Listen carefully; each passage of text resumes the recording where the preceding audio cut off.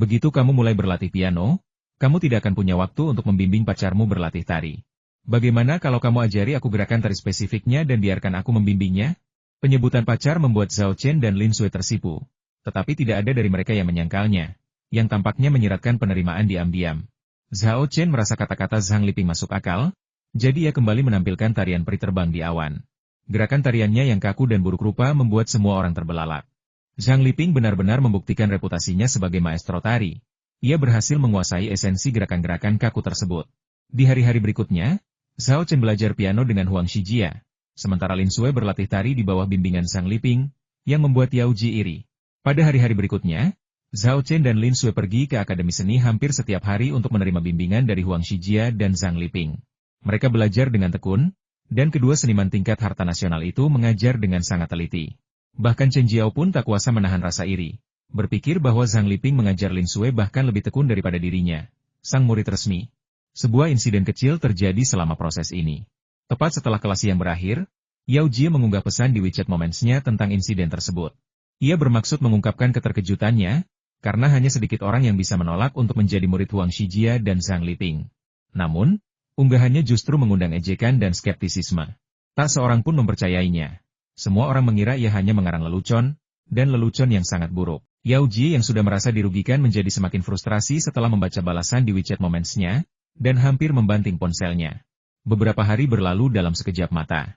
Di bawah bimbingan Huang Shijia yang cermat, keterampilan Qin Zhao Chen meningkat pesat. Pada saat yang sama, kekuatan aspirasi yang dihasilkan oleh penerbitan Huangdi Waijing terus mengalir ke tubuhnya dari seluruh negeri, akhirnya menambahkan sesuatu yang baru ke dalam lembaran informasinya. Jimat baru? Mata Zhao Chen berbinar saat dia melihat item baru di bawah bagian jimat. Ini adalah jimat bumi yang menyusut seinci. Di bawah jimat baru ada pengantar. Hal ini memungkinkan orang untuk melangkah beberapa meter dalam satu langkah, sehingga mencapai efek perjalanan 1000 mil sehari. Zhao Chen menganalisis, menempuh perjalanan 1000 mil sehari itu mustahil. Sekarang sudah banyak alat transportasi, mobil, kereta api, pesawat terbang, menempuh perjalanan 1000 mil sehari itu mudah. Lagi pula, alat transportasi ini tidak berat, jadi kamu tidak perlu berlari. Namun, melangkah yang bisa membuatmu melangkah beberapa meter lebih jauh seharusnya cukup bermanfaat. Terakhir kali kita menangkap pengedar narkoba, kalau aku punya jimat ini, aku bisa dengan mudah menangkap mereka dan tidak akan memberi mereka kesempatan untuk menembak. Dengan jimat baru itu, ia harus menguji keefektifannya. Maka malam itu, setelah selesai berlatih piano dan mengantar Lin Sui pulang, Zhao Chen tidak kembali ke asrama 301. Ia malah langsung pergi ke kamar sewaannya, mengambil alat-alat menggambar jimatnya, dan mulai mengutak-atiknya. 1 jam berlalu, dan setelah gagal lebih dari 30 kali, dia akhirnya berhasil menggambar 3 jimat bumi menyusut. Tingkat kegagalannya sangat tinggi karena di satu sisi, jimat baru tersebut belum familiar, dan di sisi lain, jimat ini jauh lebih sulit ditarik daripada jimat sihir. Mari kita lihat bagaimana kelanjutannya. Zhao Chen mengaktifkan jimat bumi menyusut sejengkal, merasakan gelombang panas mengalir ke kakinya setelah jimat itu terbakar menjadi abu. Selain itu, ia tidak merasakan sesuatu yang istimewa. Kemudian, dia mencoba melangkah maju. Ledakan. Dia menabrak sesuatu yang keras dan terpaksa berhenti.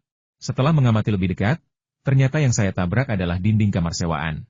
Tempat di mana Zhao Chen berdiri tadinya berjarak setidaknya 5 atau 6 meter dari tembok, tetapi dia benar-benar melangkahinya dengan 1 langkah. Sungguh teknik, mengecilkan bumi hingga 1 inci, yang luar biasa. Benar-benar sesuai dengan namanya. Zhao Chen mengusap kepalanya yang sakit, hatinya dipenuhi rasa gembira. Ruangan ini terlalu kecil untuk mendapatkan hasil terbaik. Saya akan keluar dan mencobanya. Memikirkannya dan melakukannya, sementara jimat bumi menyusut menjadi 1 inci masih aktif, Zhao Chen mendorong pintu dan keluar, bermaksud mencari tempat yang lebih luas untuk terus menguji kekuatannya. Begitu keluar, ia berjalan sangat hati-hati, takut menabrak sesuatu saat melangkah beberapa langkah sekaligus, seperti sebelumnya. Ada beberapa barang yang diletakkan di kedua sisi tangga. Selain rak sepatu dan sepeda dari setiap rumah tangga, ada juga beberapa tempat sampah. Menabrak rak sepatu atau sepeda masih oke-oke saja, tapi menabrak tong sampah benar-benar sial. Siapa tahu benda apa saja yang dibuang di dalamnya? Ia melangkah dengan hati-hati, akhirnya berhasil melewati koridor menuju tangga. Namun, masalah lain muncul saat menuruni tangga. Setiap anak tangga melibatkan beberapa anak tangga. Menaiki tangga itu sendiri tidak masalah, tetapi risiko sebenarnya adalah menginjak tepi tangga atau melewatkan 1 anak tangga. Untungnya, refleks fisik Zhao Chen telah meningkat pesat setelah mempelajari 4 teknik suci. Jika tidak, ia pasti akan tersandung dan jatuh terguling-guling. Dengan jantung berdebar kencang, Zhao Chen akhirnya mencapai dasar tangga dan menghela napas lega. Ia ingin menguji seberapa jauh ia bisa melangkah di bawah pengaruh jimat bumi yang menyusut. Tepat saat ia melangkah, sepasang muda-mudi yang tinggal di sana kembali. Zhao Chen tak sempat berhenti. Jadi ia hanya bisa melangkah 7 atau 8 meter di depan mereka. Pasangan muda itu masih berpelukan ketika mereka tiba-tiba melihat seseorang melayang 7 atau 8 meter jauhnya dalam sekejap, dan mereka langsung tercengang. Malam sudah larut, dan langit sangat gelap. Kegelisahan bertambah, lampu-lampu jalan mati, berkedip-kedip tak menentu, membuat suasana benar-benar mengerikan. Pasangan muda itu langsung teringat hal-hal gaib dan berteriak sekeras-kerasnya, "Hantu! Hantu! Aku bukan hantu." Zhao Chen menyadari bahwa ia telah membuat masalah, segera berbalik, menyeringai pada pasangan muda itu, dan mencoba menjelaskan. Alhasil, senyumnya yang disinari lampu jalan yang berkelap-kelip tampak sangat menyeramkan dan mengerikan, membuat pasangan muda itu ketakutan hingga mereka berteriak ketakutan dan terhuyung-huyung menjauh, meninggalkan Zhao Chen yang berdiri di sana tercengang. Para penghuni gedung itu terkejut mendengar jeritan putus asa pasangan muda itu dan mengintip keluar untuk melihat apa yang sedang terjadi. Siapa yang berteriak dan menjerit di bawah? Hantu apa? Hantu apa? Aku belum pernah lihat hantu seumur hidupku. Apa? Hantu? Sayang, cepat ambil pembalutmu dan tunjukkan pada makhluk-makhluk menjijikan ini apa yang terjadi. Situasi tak terduga ini membuat Zhao Chen sangat malu. Demi menghindari terkena artefak pembunuh hantu seperti pembalut wanita atau limbah, ia tak berani tinggal di lantai bawah lagi. Ia buru-buru berbalik, melesat pergi, dan berlari keluar dari kompleks perumahan. Para penonton kemudian melihat sosok hantu yang melesat cepat di lingkungan tersebut. Kecepatannya jelas di luar kemampuan orang normal. Astaga, apa itu benar-benar hantu? Hal ini membuat semua orang yang menonton ketakutan. Para pria yang tadinya berteriak-teriak tentang pengusiran hantu pun terdiam dan kembali ke dalam rumah. Mereka melepas pakaian dalam merah mereka, mengenakannya di bawah, dan bahkan menutupi kepala mereka dengan satu pakaian, berharap pakaian itu benar-benar dapat menangkal kejahatan. Kejadian kecil ini menyebar semakin jauh, menjadi semakin dibesar-besarkan dan fantastis seiring berjalannya waktu. Tak hanya penduduk setempat, bahkan orang-orang dari pinggiran kota pun tahu tentang kompleks apartemen berhantu di kawasan universitas tersebut. Bahkan, beredar rumor bahwa hantu pendendam itu sangat ganas dan telah membunuh puluhan orang. Akibatnya, apartemen-apartemen di kompleks tersebut tak berpenghuni untuk waktu yang sangat lama. Tentu saja, semua ini sudah berlalu. Saat itu, Zhao Chen sama sekali tidak menyangka bahwa tindakannya yang sesaat itu akan menimbulkan begitu banyak masalah. Setelah berlari keluar dari permukiman, ia memperlambat langkahnya dan mengambil langkah kecil. Tetapi meski begitu, kecepatannya tidak berbeda dengan kecepatan lari orang biasa. Sambil berjalan, Zhao Chen merenung, aku perlu memikirkan cara agar tidak ada yang melihat wajahku saat aku sedang menguji jimat bumi yang menyusut sejengkal. Kalau tidak, aku pasti akan mendapat masalah. Tiba-tiba, sekilas ia melihat sebuah toko alat tulis di pinggir jalan. Toko alat tulis ini melayani sekolah dasar di sebelahnya. Jadi selain buku catatan dan pulpen, mereka juga menjual beberapa mainan kecil. Zhao Chen melihat beberapa topeng kartun di rak mereka. Zhao Chen langsung punya ide oke. Nanti kalau aku ujian lengkap, aku pakai masker. Kalaupun ada yang lihat, mereka nggak akan tahu itu aku. Dia segera pergi ke toko alat tulis, membeli topeng Balqiang, lalu menuju ke Jalan Huilong, yang tidak jauh dari sana. Jalan ini mendapatkan namanya karena banyaknya tikungan, dan lokasinya yang relatif terpencil membuat lalu lintasnya sangat sepi, sehingga menarik para pembalap jalanan. Mobil-mobil modifikasi sering memanfaatkan ketenangan malam untuk menggelar balapan bawah tanah dan sejenisnya. Ketika Zhao Chen tiba, balapan mobil bawah tanah sedang berlangsung. Polisi, setelah menerima panggilan darurat, juga tiba dan memasang penghalang jalan untuk menangkap para pembalap liar. Zhao Chen sama sekali tidak tahu tentang ini. Melihat tidak ada orang di sekitarnya, ia segera mengenakan topeng Balqiang dan berlari sekencang-kencangnya menyusuri jalan. Ia sudah sangat cepat, tetapi setelah mengaktifkan jimat bumi menyusut menjadi 1 inci, ia menjadi secepat badai, dengan pemandangan di sekitarnya melaju melewatinya. Perasaan ini dapat diringkas dalam satu kata luar biasa. Sambil berlari, Zhao Chen tiba di pos pemeriksaan polisi. Beberapa mobil modifikasi telah dihentikan di sana, dan para pembalap jalanan itu tampak lesu menerima hukuman mereka. Zhao Chen tidak berminat ikut bersenang-senang dan bergegas pergi. Seorang polisi berpengalaman, yang sedang mengambil keterangan dari sekelompok pembalap liar, merasakan badai menerjangnya. Intuisinya mengatakan bahwa sesuatu telah berlalu begitu cepat, jadi ia mendongak dan bertanya kepada rekannya, "Ada apa?" Polisi muda yang ditanya itu menelan ludah dan berkata, "Balqiang melaju kencang." "Balqiang?" Polisi tua itu tertegun. "Ada apa ini?" "Itu orang yang memakai topeng Balqiang," jelas polisi muda itu. Polisi yang lebih tua itu tiba-tiba menyadari apa yang sedang terjadi.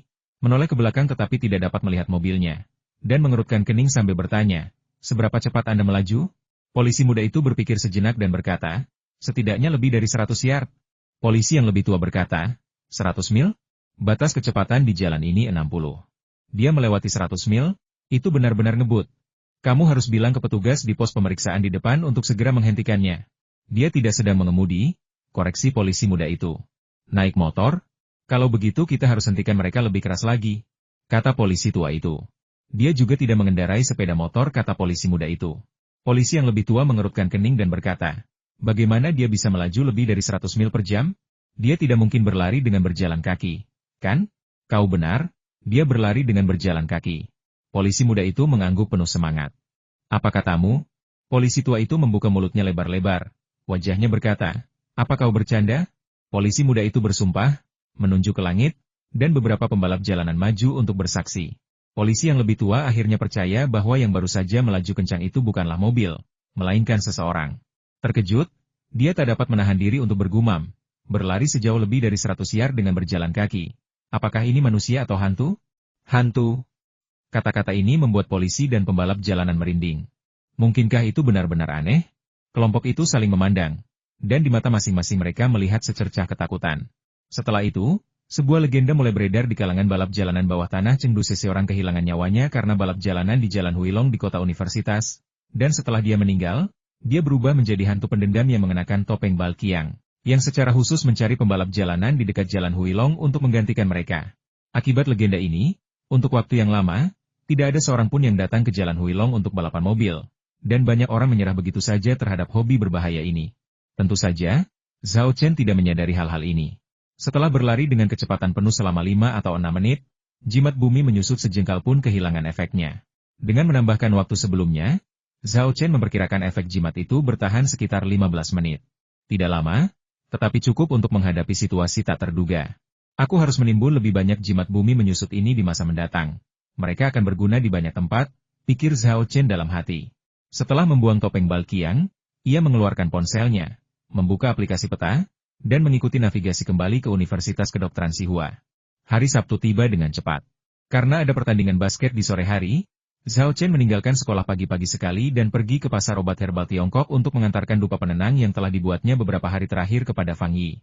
Saat tiba di Baichaotang, Zhao Chen mendapati tempat itu penuh sesak dengan orang-orang semua ingin membeli dupa yang menenangkan. Beberapa karyawan Baichaotang mengeluarkan beberapa lembar kertas dan membagikannya. Zhao Chen mencondongkan badan dan meliriknya, menyadari bahwa itu adalah pelat nomor. Ternyata, seiring dupa penenang semakin populer di Chengdu, persediaan Zhao Chen tidak mencukupi. Fang Yi merasa dikelilingi orang terus-menerus bukanlah hal yang baik, jadi ia membuat layanan berbasis nomor ini. Setelah mencatat nomor dan meninggalkan nomor telepon, Anda bisa pulang dan menunggu notifikasi. Setelah dupa tersedia dan giliran Anda tiba, mereka akan memanggil Anda untuk datang dan membelinya. Setiap nomor dibatasi untuk 1 kotak dupa penenang, dan Anda hanya diberi waktu 1 hari untuk menunggu. Setelah itu, Anda perlu mendapatkan nomor baru dan bergabung kembali dalam antrean. Banyak orang, yang ingin membeli lebih banyak kotak dupa penenang, rela membayar orang lain untuk mengantre dan mendapatkan nomor antrean. Hal ini menyebabkan para calo, yang sebelumnya bekerja di rumah sakit, mengalihkan perhatian mereka ke Baichaotang, berniat memperluas bisnis mereka di sana. Melihat situasi di dalam Baichaotang, Zhao Chen mengurungkan niat untuk masuk. Dengan begitu banyak orang di sekitar, jika dia membawa dupa penenang ke dalam, bukankah itu akan menyebabkan keributan besar? Dia berbalik dan berjalan menuju pintu keluar pasar jamu Cina. Sambil berjalan, dia mengeluarkan ponselnya dan menelepon Fang Yi. Setelah menunggu selama 7 atau 8 menit di dekat pintu masuk pasar jamu Cina, Fang Yi berlari keluar sambil terengah-engah. Saat melihat Zhao Chen, ia langsung mengeluh, "Ya ampun, bos Zhao tersayang, akhirnya Anda tiba. Kalau Anda tidak mengantarkan barangnya, saya pasti sudah tidak tahan lagi. Tahukah Anda berapa banyak orang yang sudah mengambil nomor dan menunggu untuk mendapatkan dupa? Ada puluhan ribu." Baiklah, berhenti mengeluh. Aku sudah mengantarkan barangnya, kan? Ini 100 kotak. Zhao Chen menyerahkan kantong plastik hitam besar yang dibawanya kepada Fang Yi. Hanya 100 kotak? Itu hanya setetes air di lautan. Fang Yi menghela napas, lalu bertanya, "Saudara Zhao, saya sudah mendirikan pabrik farmasi dan merekrut semua pekerja. Kapan Anda bisa pergi dan menyiapkan ramuan obat?" Harapan terbesar Fang Yi saat ini adalah pabrik farmasi dapat mulai beroperasi. Mengandalkan Zhao Chen saja untuk memproduksi dupa penenang tidaklah cukup untuk memenuhi permintaan. Kekurangan pasokan yang parah ini hanya dapat diatasi jika pabrik beroperasi. Tidak ada waktu yang lebih baik daripada sekarang. Bagaimana kalau kita pergi sekarang? Apakah kamu ada waktu luang? Tanya Zhao Chen. Aku bebas. Tentu saja aku bebas. Fang Yi dengan senang hati menurutinya. Ia membawa kantong plastik besar berisi dupa penenang di satu tangan dan meraih Zhao Chen dengan tangan lainnya, menuju tempat parkir di sebelahnya. Setelah masuk ke mobil, mereka melaju menuju pinggiran kota. Lebih dari setengah jam kemudian, Audi Fang Yi berhenti di sebuah pabrik farmasi di pinggiran barat Chengdu. Setelah keluar dari mobil, Zhao Chen melihat sekeliling. Pabrik farmasi ini tidak besar, tetapi kecil namun lengkap, dengan segala macam fasilitas dan peralatan. Saat melihat Fang Yi tiba, seorang pria parubaya segera keluar dari gedung kantor 2 lantai di sebelah pabrik untuk menyambutnya. Fang Yi melambaikan tangan dan memperkenalkan pria parubaya itu, Pak Tua Zheng, kemarilah, izinkan saya memperkenalkan Anda. Ini Bos Zhao Chen, rekan bisnis saya dan juga pemegang saham utama pabrik farmasi kami. Saya bekerja untuknya. Ia lalu menunjuk pria parubaya itu dan berkata kepada Zhao Chen, ini Zheng Qiang. Dia mengelola pabrik farmasi selama saya pergi. Dia sudah bekerja dengan saya selama lebih dari 10 tahun dan dapat dipercaya.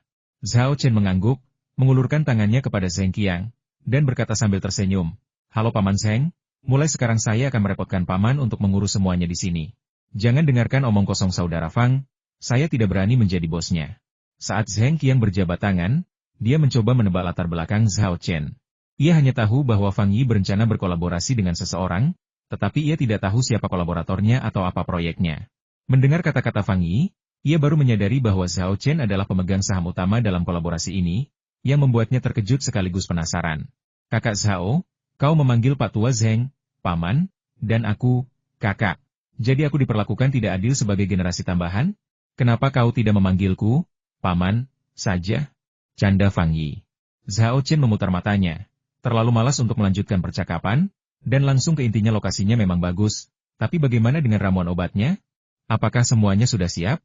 Perhatian Fang Yi berhasil teralihkan, dan ia mengangguk sambil berkata, semuanya sudah disiapkan sejak lama, dan semuanya sudah digiling menjadi bubuk. Tinggal menunggu Anda untuk mencampurnya. Baiklah, saya akan segera mengambil obatnya. Setelah berkata demikian, Zhao Chen melangkah masuk ke dalam pabrik. Kamu saja yang mencari pasangannya, aku tidak mau ikut denganmu. Fang Yi berhenti di tengah jalan. Menurut pandangannya, dosis spesifik obat tersebut bersifat rahasia, dan dia tidak bisa dan tidak boleh hadir. Namun, meskipun ia tidak mengikuti Zhao Chen ke pabrik, ia banyak bicara di dalam pabrik. Masih ada stok jamu baru yang Anda minta saya beli. Coba lihat dan pastikan Anda puas dengan kualitasnya. Mengenai izin produksi produk kesehatan, saya sudah menghubungi Badan Pengawas Obat dan Makanan. Setelah Anda memproduksi produk baru, kirimkan ke sana untuk diperiksa. Selama tidak ada masalah, mereka akan langsung menyetujuinya. Baiklah, aku mengerti, kata Zhao Chen sambil melangkah masuk ke dalam pabrik. Saat memasuki pabrik, hal pertama yang dilihat Zhao Chen adalah sebuah mesin pencampur obat herbal besar. Di depan mesin ini, deretan panjang kantong-kantong besar berisi herbal tertata rapi. Semua herbal telah digiling menjadi bubuk. Label-label kecil ditempelkan pada kantong-kantong tersebut, mencantumkan nama-nama herbal. Zhao Chen melirik herba-herba itu dan menyadari bahwa herba-herba itu tidak hanya berisi herba yang dibutuhkan untuk membuat dupa penenang, tetapi juga herba yang dibutuhkan untuk membuat pil pemurni tulang dan sup pengaktif darah. Setelah berpikir sejenak, ia menyadari ia selalu membeli herba yang sama dari Fang Yi. Fang Yi tidak tahu resep spesifik untuk dupa penenang, jadi ia harus mendapatkan semua herba ini darinya. Itu juga bagus. Sekarang kami bahkan tidak takut lagi dengan formula dupa penenang yang bocor. Zhao Chen berbalik dan menutup gerbang pabrik. Bukannya dia takut Fang Yi akan melihatnya menyiapkan obat dari jarak sejauh itu. Bahkan orang dengan penglihatan tajam pun tidak mungkin melihat ramuan apa yang dia gunakan atau berapa banyak dan takarannya dia melakukan ini hanya agar tidak membuat Fang Yi dan yang lainnya takut saat dia membuka cincin penyimpanannya. Di luar pabrik, melihat Zhao Chen telah menutup gerbang, Fang Yi tidak hanya berdiri menunggu. Ia menepuk bahu Zheng Qiang dan berkata, di luar dingin. Ayo, kita duduk di kantormu sebentar. Zheng Qiang mengantar Fang Yi ke gedung kantor, dan tak kuasa menahan diri untuk bertanya di tengah jalan. Bos, siapa sebenarnya orang ini? Bukankah pabrik farmasi ini sepenuhnya milik Anda? Bagaimana dia bisa menjadi pemegang saham utama? Apa? Kau pikir aku dimanfaatkan? Fang Yi terkekeh, cukup puas dengan dirinya sendiri, lalu berkata, begini, bisa membuatnya menjadi pemegang saham utama sepenuhnya berkat restu leluhur keluarga Fangku. Kau tahu tentang dupa penenang? Kan? Aku tahu, tentu saja aku tahu, Zheng Qiang mengangguk cepat. Lagi pula, dia bekerja di industri farmasi, Bagaimana mungkin dia tidak tahu tentang dupa penenang yang baru-baru ini menjadi terkenal dan sangat populer di Chengdu? Lagi pula, bosnya sendiri yang mendistribusikannya. Fang Yi melirik sekelilingnya dan merendahkan suaranya. Lalu berkata, dupa penenang itu dibawa keluar oleh Zhao Chen. Zheng Qiang adalah orang yang cerdas, dan dia langsung mengerti pabrik farmasi kita bekerja sama dengannya untuk memproduksi dupa penenang. Dia sedang mencampur bahan-bahan untuk dupa penenang? Benar sekali. Fang Yi mengangguk dan mulai membayangkan masa depan yang cerah Pak Tua Zheng. Bekerjalah dengan giat. Dengan Zhao Chen di pihak kita, pabrik farmasi kita pasti akan tumbuh lebih besar dan lebih kuat, bahkan mungkin menjadi perusahaan ternama di dunia.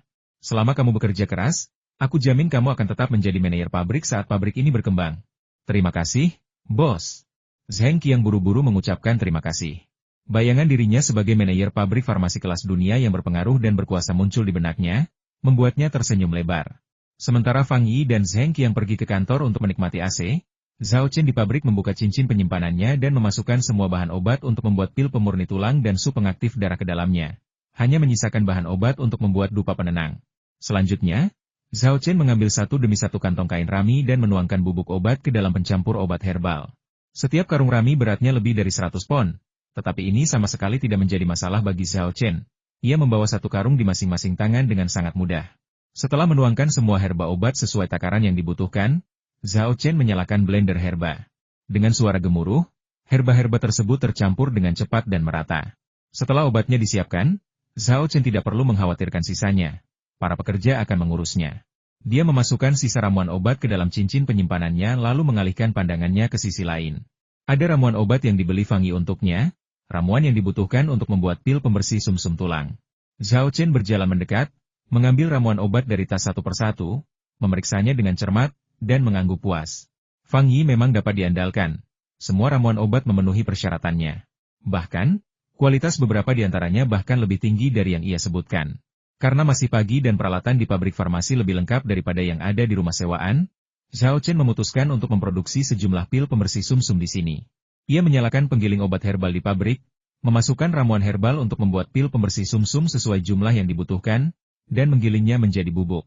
Dengan pengalamannya dalam membuat pil pemurnian tulang, Zhao Chen cukup mahir dalam membuat pil pembersih sumsum. Tak lama kemudian, pil-pil yang diremas dan dicampur dengan madu lahir di tangan Zhao Chen.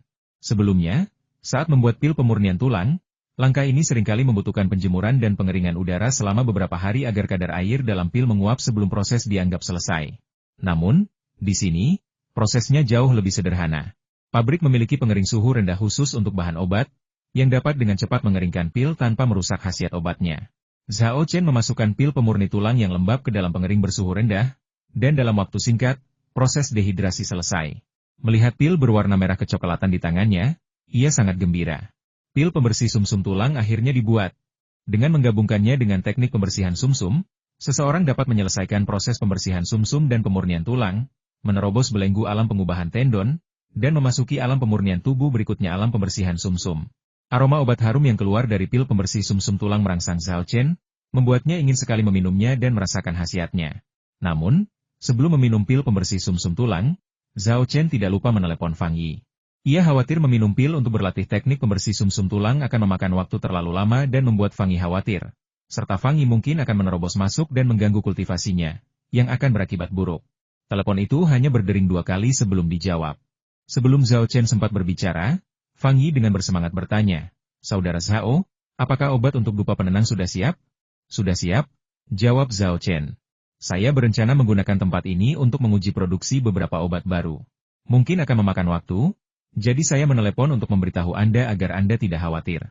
Selain itu, selama saya menguji obat-obatan baru, tidak seorang pun diizinkan memasuki pabrik tanpa izin saya. Tidak masalah, aku akan segera memberi perintah. Siapapun yang berani memasuki pabrik akan dipecat." Fang Yi setuju tanpa ragu. Kini, selain berharap dapat memproduksi dupa penenang secara massal, ia juga berharap Zhao Chen dapat mengembangkan lebih banyak obat baru untuk memperluas merek dan membuka pasar baru. Ia yakin dengan efek merek dupa penenang ini, penjualan obat-obatan baru ini pasti akan baik. Setelah menutup telepon, Zhao Chen menelan pil pembersih sumsum dan kemudian mulai mengedarkan teknik pembersihan sumsum. Gelombang panas menyebar dengan cepat setelah ia menelan pil pembersih sumsum, menyelimuti seluruh tubuhnya. Ia merasa seperti berada di sauna dengan suhu yang sangat tinggi, dan semua pori-pori di tubuhnya langsung terbuka, dengan tetesan keringat yang besar mengucur keluar. Setelah diperiksa lebih dekat, Ternyata semua keringatnya berwarna merah. Merah seperti darah. Zhao Chen juga melihat darah dan keringat yang menetes dari tubuhnya. Namun, ia tahu bahwa itu bukanlah darah atau keringat, melainkan saripati yang terkontaminasi di dalam tubuhnya. Langkah pertama dalam pembersihan sumsum tulang adalah mengeluarkan zat-zat ini dari tubuh untuk memberi jalan bagi saripati yang baru terbentuk. Pepatah buang yang lama, sambut yang baru menggambarkan prinsip ini. Saat esensi yang terkontaminasi dikeluarkan, rasa sakit yang luar biasa muncul di sekujur tubuhnya, membuat Zhao Chen merasa seolah-olah anggota tubuh, tulang, dan organ dalamnya diremukan dan dilumatkan oleh mesin penggilas jalan seberat 10.000 ton. Kemudian, panas yang hebat yang dilepaskan dari pil pembersih sumsum membakarnya hingga menjadi abu. Rasa sakit yang saya derita saat mengolah 4 teknik suci tidak ada apa-apanya dibandingkan dengan siksaan tidak manusiawi yang saya alami saat ini. Seandainya Zhao Chen tidak mengetahui prinsip bahwa surga akan mempercayakan tanggung jawab besar kepada mereka yang ditakdirkan untuk mereka, dan pertama-tama akan menguji tekad mereka, memperkuat otot dan tulang mereka, serta membuat tubuh mereka kelaparan. Dan tidak membaca dalam pengantar teknik pembersihan sumsum tulang bahwa saat pertama kali seseorang berlatih teknik pembersihan sumsum tulang, ia akan merasakan sakit yang tak tertahankan dan harus bertahan dengan tekad yang kuat. Mungkin ia sudah lama menyerah. Aku tak pernah membayangkan pembersihan sumsum tulang akan terasa seperti ini. Zhao Chen menahan rasa sakit yang luar biasa, menggertakkan giginya, raut wajahnya meringis, membuatnya tampak seperti iblis yang mengerikan. Ia terengah-engah, menyemangati dirinya sendiri dalam hati tahan. Aku harus bertahan. Pembersihan sumsum tulang bahkan bukan ambang batas jalan dukun. Kalau aku saja tak bisa melewati rintangan ini, apa hakku untuk memulai jalan dukun? Aku ini laki-laki yang akan menjadi dukun. Bagaimana mungkin aku dikalahkan oleh sesuatu sesederhana pembersihan sumsum tulang? Sejak menerima warisan Wu Peng dan memulai jalur kultivasi dukun, pencapaian Zhao Chen sungguh di luar dugaannya. Hal ini tak hanya memperkuat tekadnya untuk terus berkultivasi, tetapi juga memenuhinya dengan kerinduan dan antisipasi akan jalur dukun. Dalam keadaan seperti itu, selama Zhao Chen masih bernapas dan hidupnya belum berakhir, ia akan terus melangkah maju. Seberat apapun rasa sakit yang ia tanggung atau seberat apapun bahaya dan rintangan yang ia hadapi, ia tidak akan menyerah atau berhenti melangkah maju. Namun, Zhao Chen tidak menyadari bahwa Wu Peng sebenarnya telah menyembunyikan sesuatu dalam penjelasannya tentang teknik pembersihan sumsum selama transmisi teknik tersebut. Setelah memasuki proses pembersihan sumsum tulang, setiap orang akan merasakan sakit yang luar biasa ini. Dan siksaan ini tak berujung, terus berlanjut hingga orang tersebut tak sanggup lagi menahannya dan pingsan. Alasan Wu Peng menyembunyikan bagian cerita ini selama transmisi adalah untuk melihat berapa lama Zhao Chen dapat bertahan tanpa mengetahuinya. Karena semakin lama seseorang menahan rasa sakit luar biasa akibat pembersihan sumsum tulang, semakin jauh pula seseorang dapat melangkah dalam praktik spiritual di masa mendatang. Siksaan semacam ini adalah ujian. Ini bukan hanya ujian bakat, tetapi juga ujian tekad. Dalam kultivasi, bakat sangatlah penting, tetapi tekad juga sama pentingnya. Jalan praktik spiritual tak pernah mulus, penuh lika-liku, duri, dan rintangan. Tanpa tekad yang luar biasa, bahkan bakat terhebat pun tak dapat menjamin pencapaian luar biasa. Semakin lama seseorang menahan siksaan pembersihan sumsum, semakin kuat tekadnya, dan semakin tinggi pula bakatnya. Jika Anda dapat bertahan bahkan selama 1 menit, Anda akan memenuhi syarat untuk berlatih.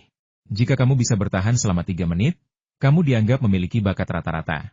Jika kamu memiliki kesempatan besar, bukan tidak mungkin bagimu untuk mencapai keabadian. Mereka yang mampu bertahan lebih dari 10 menit memiliki bakat luar biasa. Individu seperti ini selalu dianggap jenius di dunia kultivasi dan dicari oleh semua sekte besar. Layaknya peraih nilai tertinggi di setiap provinsi dalam ujian masuk perguruan tinggi, mereka juga menjadi incaran universitas-universitas besar. Zhao Chen sama sekali tidak menyadari semua ini. Ia berpikir bahwa siksaan ini, seperti mengolah teknik 4 orang suci, memiliki batas waktu, dan selama ia mampu menahannya, ia dapat mengubah kepahitan menjadi manis. Maka ia mati-matian berusaha untuk bertahan. Namun, waktu berlalu sangat lambat selama proses ini. Akhirnya, 1 menit berlalu. Wajah Zhao Chen seputih kertas, dan dia terengah-engah, tetapi dia masih menggertakkan giginya dan dengan putus asa bertahan sambil mendesak teknik pembersihan sumsum. 3 menit telah berlalu. Sebuah genangan besar esensi merah tua terbentuk di bawah kaki Zhao Chen. Tenaganya telah lama terkuras, dan kakinya gemetar tak terkendali, mengancam akan roboh kapan saja karena kelelahan. Meski begitu, ia tetap gigih. Ia masih belum menyerah. 10 menit telah berlalu. Pikiran Zhao Chen kosong. Organ-organ dalamnya melemah akibat siksaan ganda, rasa sakit yang luar biasa dan panas yang menyengat, menyebabkan tanda-tanda vitalnya, seperti pernapasan dan detak jantung, menurun drastis dan bahkan jatuh ke wilayah berbahaya, mengancam nyawanya kapan saja. Namun dia tetap bertahan dan tidak mau menyerah. Dalam pikiranku yang kosong, hanya ada satu pikiran bertahan, dan bertahan lagi. Waktu terus berlalu. 15 menit, 20 menit, 30 menit. 30 menit. Di dunia kultivasi, selama ribuan tahun yang tak terhitung jumlahnya, hanya segelintir orang yang mampu bertahan dari siksaan tak manusiawi pembersihan sumsum tulang belakang dalam waktu yang begitu lama. Dan dari sekitar 100 orang ini, kecuali beberapa yang meninggal muda, sisanya telah menjadi tokoh terkenal. Bahkan yang peringkatnya paling rendah pun telah mencapai tingkat dewa sejati tertinggi. Zhao Chen masih bertahan, masih melanjutkan. 45 menit telah berlalu. Ini rekor yang dibuat Wu Peng saat menjalani pembersihan sumsum tulang. Zhao Chen tak lagi bisa dikenali sebagai manusia. Detak jantung, pernapasan, dan tanda-tanda vital lainnya telah anjlok ke titik terendah. Orang biasa kemungkinan besar sudah lama meninggal. Namun, di bawah pengaruh teknik pernapasan kura-kura dari jurus Wanu 4 teknik suci, ia dengan gigih bertahan, menggertakkan gigi, dan menanggung siksaan itu. Tunggu dulu. Aku menolak untuk percaya. Aku tidak bisa bertahan sampai akhir. Zhao Chen merasakan pandangannya kabur, dan rasa sesak dan syok yang kuat menjalar ke seluruh tubuhnya. Ia tak mampu menghentikannya, jadi ia hanya bisa terus menyemangati dirinya sendiri dalam hati untuk terus maju. 46 menit. 50 menit. 55 menit. Setelah menahan rasa sakit luar biasa akibat pembersihan sumsum tulang selama 1 jam penuh, Zhao Chen tak sanggup lagi. Tubuhnya yang telah gemetar sejak lama, akhirnya ambruk ke tanah dengan bunyi gedebuk, dan semuanya menjadi gelap di depan matanya saat ia jatuh koma. Begitu ia kehilangan kesadaran, Zhao Chen menghela napas penuh penyesalan. Aku gagal lagi. Sepertinya pencapaian kultivasiku tidak akan terlalu tinggi. Sayangnya, aku khawatir bakatku telah mengecewakan Master Wu Peng. Beruntungnya, dialah satu-satunya orang di pabrik itu dan tidak ada petani lain di sana. Kalau tidak, dia pasti sangat marah dengan perkataannya sampai muntah darah. Kau sudah menjalani siksaan pembersihan sumsum tulang selama 1 jam dan masih bilang bakatmu tidak cukup? Serius? Kalau kau tidak cukup baik, lalu kita ini apa? Benar-benar busuk? Ayolah, hadapi kenyataan. Kau jelas seorang jenius super dengan bakat yang tak terbayangkan. Saat Zhao Chen jatuh koma, rasa sakit yang menusuk menghilang. Meskipun pil pembersih sumsum tulang masih mengeluarkan panas, suhunya tidak lagi mengerikan seperti sebelumnya. Pil itu menjadi hangat dan nyaman, menyehatkan organ dalam dan anggota tubuh Zhao Chen, membuatnya merasa sangat nyaman. Ia tak kuasa menahan erangan. Untungnya, Fang Yi sudah memberi perintah tegas sebelumnya, melarang siapapun mendekati pabrik. Kalau tidak, kalau ada yang mendengar keributan itu, mereka pasti akan salah paham dan mengira dia melakukan sesuatu yang tidak senonoh. Zhao Chen tidak sadarkan diri hanya sekitar 10 menit. Dalam 10 menit itu, di bawah pengaruh pil pembersih sumsum dan teknik pembersih sumsum, zat saripati yang benar-benar baru terbentuk di dalam tubuh Zhao Chen. Ini adalah saripati bawaan yang paling murni, tak tersentuh oleh polusi lingkungan eksternal. Satu sesi pembersihan sumsum tulang saja tidak cukup untuk mengganti seluruh saripati dalam tubuh Zhao Chen dengan saripati bawaan. Mulai sekarang, ia perlu mengonsumsi pil pembersih sumsum tulang dan berlatih teknik pembersih sumsum tulang setiap hari untuk secara bertahap mengganti seluruh saripati dalam tubuhnya. Tentu saja, di masa mendatang, mengonsumsi pil pembersih sumsum tulang dan berlatih teknik pembersih sumsum tulang tidak akan lagi menyiksa seperti sekarang. Malah, justru akan membuatnya merasa cukup nyaman. Ketika semua saripati dalam tubuh Zhao Chen menjadi saripati bawaan, ia akan mampu menerobos alam pembersihan sumsum dan memasuki alam terakhir penyempurnaan tubuh alam mendengarkan Qi. Sudah berapa lama saya tidak sadarkan diri? Zhao Chen membuka matanya dan bangkit dari tanah. Kelemahan dan kelelahan yang dibayangkannya tidak terjadi. Sebaliknya, ia merasa tubuhnya penuh kekuatan. Penemuan ini sangat mengejutkan Zhao Chen dan membuatnya sangat serius. Jadi, aku berhasil memasuki alam pembersihan sumsum tulang? Tapi aku tidak berhasil bertahan sampai akhir, kan? Bahkan pada titik ini, Zhao Chen masih merasa gagal dalam teknik pembersihan sumsum tulangnya. Terkejut, ia buru-buru membuka lembar informasi untuk mencari jawaban. Setelah membaca sebentar, ia terkejut menemukan bagian tambahan di bawah teknik pembersihan sumsum tulang. Dia yakin bahwa pernyataan ini sepenuhnya baru dan belum pernah muncul sebelumnya. Zhao Chen membacakan kata-kata berikut dengan lantang selamat atas keberhasilan pembersihan sumsum tulangmu. Lamanya waktu yang kau mampu tahan terhadap siksaan pembersihan sumsum tulang menunjukkan tingkat bakat kultivasimu. Setelah ujian, bakatmu di atas rata-rata. Kuharap kau tidak sombong, tetapi teruslah berlatih keras dan tekun. Meskipun jiwa Wu Peng telah menghilang, ia meninggalkan jejak esensi spiritualnya di lembar informasi tersebut. Esensi spiritual ini dapat merespon sesuai situasi Zhao Chen, termasuk tidak hanya membuka teknik kultivasi dan jimat baru untuknya, tetapi juga komunikasi interaktif semacam itu. Faktanya, Zhao Chen, yang bertahan dalam siksaan pembersihan sumsum tulang selama 1 jam, sungguh berbakat. Namun, secercah esensi spiritual yang ditinggalkan Wu Peng tampak seperti manusia. Khawatir Zhao Chen akan menjadi sombong setelah mengetahui kebenarannya, Wu Peng mengarang kebohongan putih, mengatakan bahwa bakat Zhao Chen hanya sedikit di atas rata-rata, agar Zhao Chen tidak kehilangan kepercayaan diri atau menjadi puas diri. Jadi siksaan itu tak ada habisnya? Kupikir aku harus menanggungnya sampai selesai. Zhao Chen menghela napas lega, lalu bersemangat lagi. Pantas saja aku merasa begitu kuat, aku berhasil membersihkan sumsumku. Bakat kultivasi di atas rata-rata? Sepertinya aku harus bekerja 2 kali lebih keras jika ingin benar-benar menjadi dukun. Selanjutnya, Zhao Chen menguji kekuatan, kecepatan, dan waktu reaksinya saat ini di pabrik. Ia mendapati bahwa semuanya jauh lebih kuat daripada saat puncak Yi Jinjingnya. Untuk menguji kekuatannya, ia meninju dinding, menciptakan lubang. Meskipun dinding itu terbuat dari batu bata tahan api dan semen biasa, tidak sekuat beton cor di tempat, dinding itu tetap cukup kokoh. Ini menunjukkan betapa dahsyatnya kekuatan pukulan penuh Zhao Chen, mengingatkan pada Master Duan Sui Liu yang legendaris dari King of Destruction. Astaga, itu luar biasa. Zhao Chen juga terkejut dengan kekuatan tinjunya sendiri. Untungnya, dinding yang ditinjunya adalah dinding terdalam. Kalau tidak, Fang Yi dan Zheng Qiang pasti sudah waspada. Sambil menjulurkan lidahnya, Zhao Chen segera keluar melalui lubang itu sambil memasang ekspresi yang mengatakan, lubang ini tidak ada hubungannya denganku. Zhao Chen mengeluarkan ponselnya dan melihat jam. Ia menyadari bahwa ia telah berada di pabrik selama 1,5 jam. Ia hendak pergi ketika tiba-tiba teringat bahwa ia telah memberitahu Fang Yi di telepon bahwa ia akan menguji obat baru. Jika ia pergi begitu saja, akan sulit menjelaskannya. Karena kita masih punya waktu, mari kita coba beberapa obat baru. Zhao Chen berhenti, membuka panel informasi, dan mengambil konten resep dari bagian medis. Sebelum Zhao Chen menguasai ilmu formula obat, pilihan obat yang bisa ia pilih terbatas. Namun kini, dengan mempelajari formula obat, situasinya benar-benar berbeda.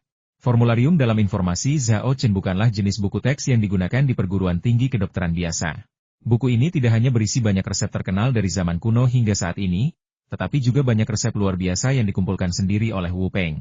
Semua resep ini sangat efektif. Jika tidak, resep-resep ini tidak akan menarik perhatian Wu Peng. Belum lagi, selain resep-resep dari orang lain, ada pula beberapa resep yang dirancang sendiri oleh Wu Peng. Dapat dikatakan bahwa banyak resep dalam buku formularium pada lembar informasi ini, begitu diterbitkan, akan langsung menyebabkan gempa besar dalam bidang pengobatan tradisional Tiongkok. Tak lama kemudian, Zhao Chen menemukan 2 resep yang cocok dalam buku formula obat ini. Yang satu adalah pil peningkat kecantikan, dan yang satu lagi adalah pil peningkat kejantanan pria. Seperti namanya, Yang Rongdan adalah obat yang memiliki efek kecantikan dan menutrisi kulit. Menurut catatan pengobatan tradisional Tiongkok, pil perawatan kulit bergizi ini diciptakan oleh Zhang Wenzong, kepala tabib kekaisaran pada masa pemerintahan Permaisuri Wu Zetian di dinasti Tang. Setelah meminumnya, Permaisuri Wu Zetian merasa khasiatnya memang sangat baik, karena dapat mengembalikan elastisitas kulit yang menua dan mengembalikan penampilan awet muda. Oleh karena itu, beliau secara pribadi menuliskan nama pil perawatan kulit bergizi. Kemudian, formula pil kecantikan ini tercatat dalam buku Zhang Wenzong, resep untuk penggunaan musiman dan berbagai formula untuk masalah ringan dan berat. Sayangnya, pil ini hilang akibat perang, pergantian dinasti, dan berbagai alasan lainnya, sehingga tidak diwariskan lagi.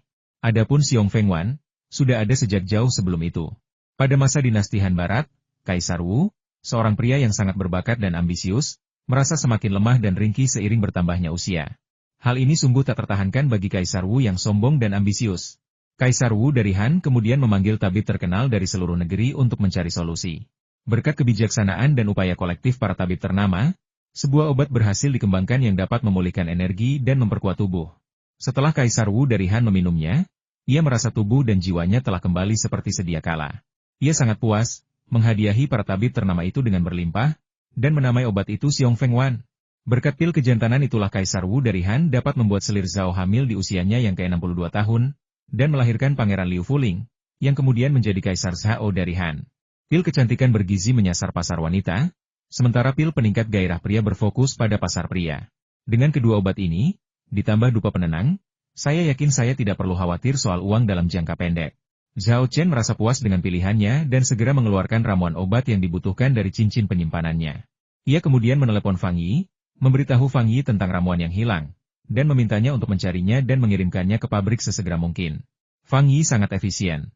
Dalam 10 menit setelah menerima telepon, ia telah mengirimkan ramuan obat yang hilang kepada Zhao Chen. Setelah bertanya, ternyata ia memiliki gudang di sebelah pabrik farmasi yang khusus menyimpan ramuan obat Cina. Tidak heran ia dapat mengirimkannya begitu cepat.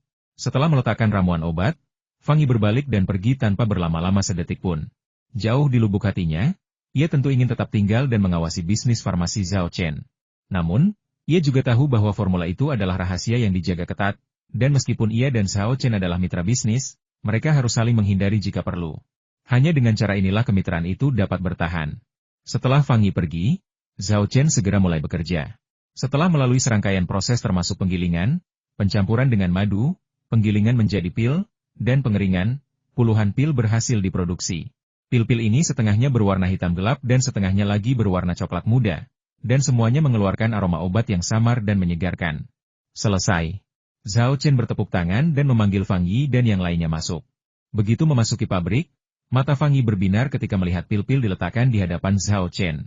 Ia bergegas menghampiri, mengambil satu pil dari masing-masing jenis, memeriksa penampilan dan rasanya, lalu berseru dengan tulus, keduanya pil berkualitas tinggi. Saudara Zhao, apa nama kedua jenis pil ini? Apa kegunaannya? Zhao Chen menjawab, yang hitam pekat itu namanya pil peningkat gairah pria, dan yang coklat muda itu namanya pil kecantikan bergizi. Soal kegunaannya, kalian sudah bisa menebaknya dari namanya. Saya jamin khasiatnya sungguh luar biasa. Bahkan mungkin melebihi ekspektasi kalian. Hebat. Ini luar biasa. Seru Fang Yi kegirangan.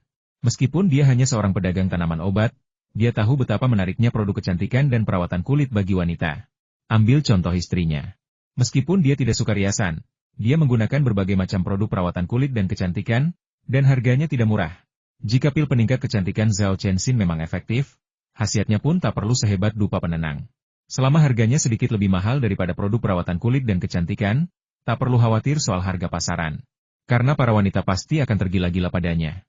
Ia juga memiliki harapan tinggi untuk pil peningkat stamina pria. Saat ini, ritme hidup yang cepat dan tekanan darah yang meningkat telah menyebabkan banyak pria di usia prima mengalami gagal ginjal dan masalah kesehatan lainnya. Jika tidak, Viagra tidak akan laku di apotek-apotek kecil. Namun, Fang Yi juga sedikit khawatir saudara Zhao. Seberapa efektif pil Vigor ini? Kalau terlalu kuat, aku khawatir sesuatu yang buruk akan terjadi. Zhao Chen tahu apa yang dikhawatirkannya dan berkata sambil tersenyum, jangan khawatir, Vigor pil jelas bukan obat yang ampuh. Pil ini tidak hanya tidak akan menguras energi Anda, tetapi juga memiliki efek menyehatkan yin dan yang, serta memperkuat tubuh. Penggunaan jangka panjang tidak hanya dapat membuat Anda lebih kuat di ranjang, tetapi juga membantu Anda memulihkan performa Anda dalam kehidupan dan pekerjaan, serta kembali ke puncak performa Anda. Jika digunakan bersama Tranquilizing Intense, efeknya akan jauh lebih baik. Fang Yi akhirnya menghela napas lega. Zheng Qiang merasa sulit untuk mempercayainya apakah efek pil peningkat pria benar-benar sebaik itu? Tentu. Zhao Chen sangat percaya diri. Jika pil itu bisa menarik perhatian Wu Peng dan bahkan memberi Kaisar Wu dari Han seorang putra di masa tuanya, bagaimana mungkin efek pil peningkat gairah pria itu tidak baik? Jika Anda tidak percaya, Anda dapat mencobanya sendiri dan melihat hasilnya. Fang Yi segera mengulurkan tangan dan mengeluarkan lusinan pil peningkat stamina dan kecantikan buatan Zhao Chen, sambil berkata, saya percaya pada saudara Zhao, tapi bagaimanapun juga ini obat baru. Sebelum dipasarkan, kita harus menguji khasiatnya terlebih dahulu. Bagaimana kalau begini? Saya mau rugi dan jadi kelinci percobaannya. Zheng Qiang dan Fang Yi sudah berteman selama bertahun-tahun. Bagaimana mungkin dia tidak mengerti pikirannya? Jangan tertipu oleh kata-kata jujur Fang Yi. Sebenarnya dia hanya ingin mencoba khasiat pil kecantikan bergizi dan pil peningkat pria terlebih dahulu. Lagi pula, dengan contoh sukses dupa penenang, khasiat kedua obat baru buatan Zhao Chen ini pasti tidak buruk. Ini bukan uji coba narkoba, ini jelas merupakan pemanjaan dini. Zheng Qiang juga ingin mencoba beberapa pil afrodisiak. Akhir-akhir ini ia merasa pegal dan lesu, dan ia sudah lama tidak bisa memenuhi kebutuhan istrinya. Maka dia berkata, mana mungkin kami membiarkan Anda, bos, menguji obatnya sendiri? Kami karyawan saja bisa melakukan pekerjaan seperti ini. Lagi pula, pria dewasa boleh minum pil pembesar penis, tapi kenapa dia juga butuh pil peningkat kecantikan? Fang Yi tampak kesal dan memelototinya, lalu berkata, sebagai bos, sudah menjadi tugas dan kewajiban saya untuk menguji obat ini sendiri. Jangan coba-coba mengambilnya dari saya. Lagi pula, kenapa saya tidak boleh minum ramuan kecantikan? Siapa bilang obat ini hanya boleh diminum wanita? Tidak bisakah saya juga memperbaiki penampilan dan membuat diri saya lebih tampan? Lagi pula, bukankah saya punya istri? Tidak bisakah saya mengambilnya kembali dan membiarkannya mengujinya? Akhirnya, setelah tawar-menawar, keduanya memutuskan untuk membagi pil kecantikan bergizi dan pil peningkat stamina pria dengan rasio 37 antara Zheng Qiang dan Fang Yi. Tentu saja, mereka tidak lupa menyimpan 2 pil untuk uji coba. Malam itu, begitu tiba di rumah, Keduanya meminum pil peningkat stamina dan memberikan pil peningkat kecantikan kepada istri mereka. Setelah menyaksikan efek luar biasa dari dupa penenang tersebut, kedua wanita itu dengan antusias menantikan pil peningkat kecantikan tersebut dan segera meminumnya. Sementara itu, pil peningkat stamina pria mulai berefek, membuat Fang Yi dan Zheng Qiang merasakan gelombang energi yang telah lama hilang mengalir di sekujur tubuh mereka, seolah-olah mereka kembali ke masa muda mereka, yaitu saat berusia 18 atau 19 tahun. Malam itu, keduanya tampak memiliki energi yang tak ada habisnya. Bekerja keras seolah-olah mereka sedang memakai steroid, membawa istri mereka yang telah lama menderita ke surga berkali-kali. Keesokan paginya, ketika keduanya terbangun, mereka tidak lagi merasa pegal atau nyeri akibat pertarungan sengit malam sebelumnya. Sebaliknya, mereka merasa segar dan bersemangat. Hal ini meyakinkan mereka bahwa figur pil bukanlah obat beracun yang menguras energi mereka. Pil kecil ini tidak hanya dapat memulihkan vitalitas mereka, tetapi juga menyehatkan tubuh dan memperkuat otot serta tulang mereka. Tepat saat keduanya asyik bersenang-senang, terdengar teriakan dari kamar mandi, mengagetkan mereka berdua. Ketika mereka bergegas ke kamar mandi, mereka mendapati istri mereka berteriak-teriak di depan cermin seolah-olah gila. Jika mereka tidak mendengar kegembiraan dan kegembiraan dalam suaranya, mereka mungkin sudah menelepon rumah sakit jiwa untuk meminta bantuan. Ternyata kedua wanita itu berteriak karena mereka mendapati di cermin bahwa kulit mereka yang kendur dan menua telah menjadi kencang dan elastis dalam semalam. Hanya satu pil kecantikan bergizi saja sudah memberikan efek yang luar biasa, sungguh luar biasa. Jauh lebih baik daripada produk perawatan kulit dan kecantikan ternama dunia. Kedua wanita ini tak kuasa menahan diri untuk membayangkan, jika mereka terus mengonsumsi pil kecantikan bergizi, akankah kulit dan penampilan mereka kembali ke kondisi awet muda dan bercahaya seperti sedia kala? Khasiat pil kecantikan bergizi dan pil peningkat vitalitas pria sangat mengejutkan keluarga Fang dan Zheng. Perubahan yang mereka alami, terutama kulit para istri yang semakin halus dan awet muda, mengundang rasa iri banyak orang, yang juga ingat nama pil kecantikan bergizi dan pil peningkat vitalitas pria. Kedua pil tersebut telah memperoleh ketenaran yang cukup besar bahkan sebelum resmi diproduksi. Tentu saja, semua ini akan dibahas nanti. Saat ini, Zhao Chen dan yang lainnya tidak menyadari hal-hal ini akan terjadi. Di dalam pabrik, setelah membagikan pil, Fang Yi melirik arlojinya dan berkata kepada Zhao Chen, "Saudara Zhao, sudah hampir siang. Kalau tidak sibuk, bagaimana kalau makan siang dulu sebelum pulang?" "Oke." Zhao Chen mengangguk setuju. Masih ada 3 atau 4 jam lagi sampai pertandingan basket sore, dan dia bisa kembali tepat waktu setelah makan siang. Melihat Zhao Chen setuju, Fang Yi sangat senang. Ia lalu menoleh ke Zheng Qiang dan berkata, "Zheng tua, ikutlah. Hari ini aku yang traktir, ayo kita ke restoran Lakeside." "Hebat." Zheng Qiang mengangguk penuh semangat, menatap dengan penuh harap. "Saya selalu dengar hidangan lezat di Lakeside, restoran itu top banget, tapi saya belum pernah mencobanya. Hari ini, saya akan sangat beruntung bisa bertemu kedua pemiliknya di sini." Ketiganya mengobrol dan tertawa saat mereka berjalan keluar pabrik. Dalam perjalanan, Fang Yi menelepon untuk memesan meja di restoran Lakeside. Zhao Chen menunjuk ke dinding tempat ia melubangi dan berkata kepada Zheng Qiang, "Paman Zheng, ada lubang di dinding sana. Cari orang untuk memperbaikinya kalau paman punya waktu." Zheng Qiang melihat ke arah yang ditunjuknya dan benar saja, ia melihat sebuah lubang seukuran kepalan tangan di dinding. Ia bingung aneh, dari mana lubang ini berasal? Aku tidak melihatnya di pabrik ini kemarin. Setelah menutup telepon, Fang Yi melirik ke dinding dan mengabaikannya. "Hei, itu cuma lubang. Kita bisa minta seseorang untuk menambalnya dengan semen." Tapi kejadian ini memang jadi pengingat. "Pak Tua Zheng, kamu harus memeriksa peralatannya dengan teliti. Lubang di dinding bukan masalah besar, tapi kalau mesinnya rusak, itu akan sangat buruk. Dupa yang menenangkan akan segera diproduksi massal, dan Fang Yi tidak ingin terjadi kesalahan apapun saat ini." "Jangan khawatir, bos. Saya memeriksa dan merawat peralatan di pabrik farmasi setiap hari. Saya jamin tidak akan ada masalah." Zheng Qiang menepuk dadanya keras-keras. Setelah meninggalkan pabrik, Zhao Chen masuk ke Audi milik Fang Yi. Sementara Zheng Qiang mengikutinya dengan Honda Accord. Lebih dari 10 menit kemudian, mobil memasuki kawasan danau lahan basah yang indah. Jalanan diapit danau, dan sekilas, mobil tampak seperti sedang melaju di tengah danau. Sesekali, beberapa burung kuntul terbang melintasi langit, pemandangannya sungguh indah. Fang Yi mengendarai mobil ke tengah danau lahan basah dan berhenti di depan sebuah rumah bergaya kuno dengan batu bata biru dan genteng hijau. Waktu makan siang masih agak lama, tetapi tempat parkir di depan rumah bergaya kuno itu sudah penuh dengan mobil. Fang Yi dan Zheng Qiang menghabiskan cukup banyak waktu mencari tempat parkir.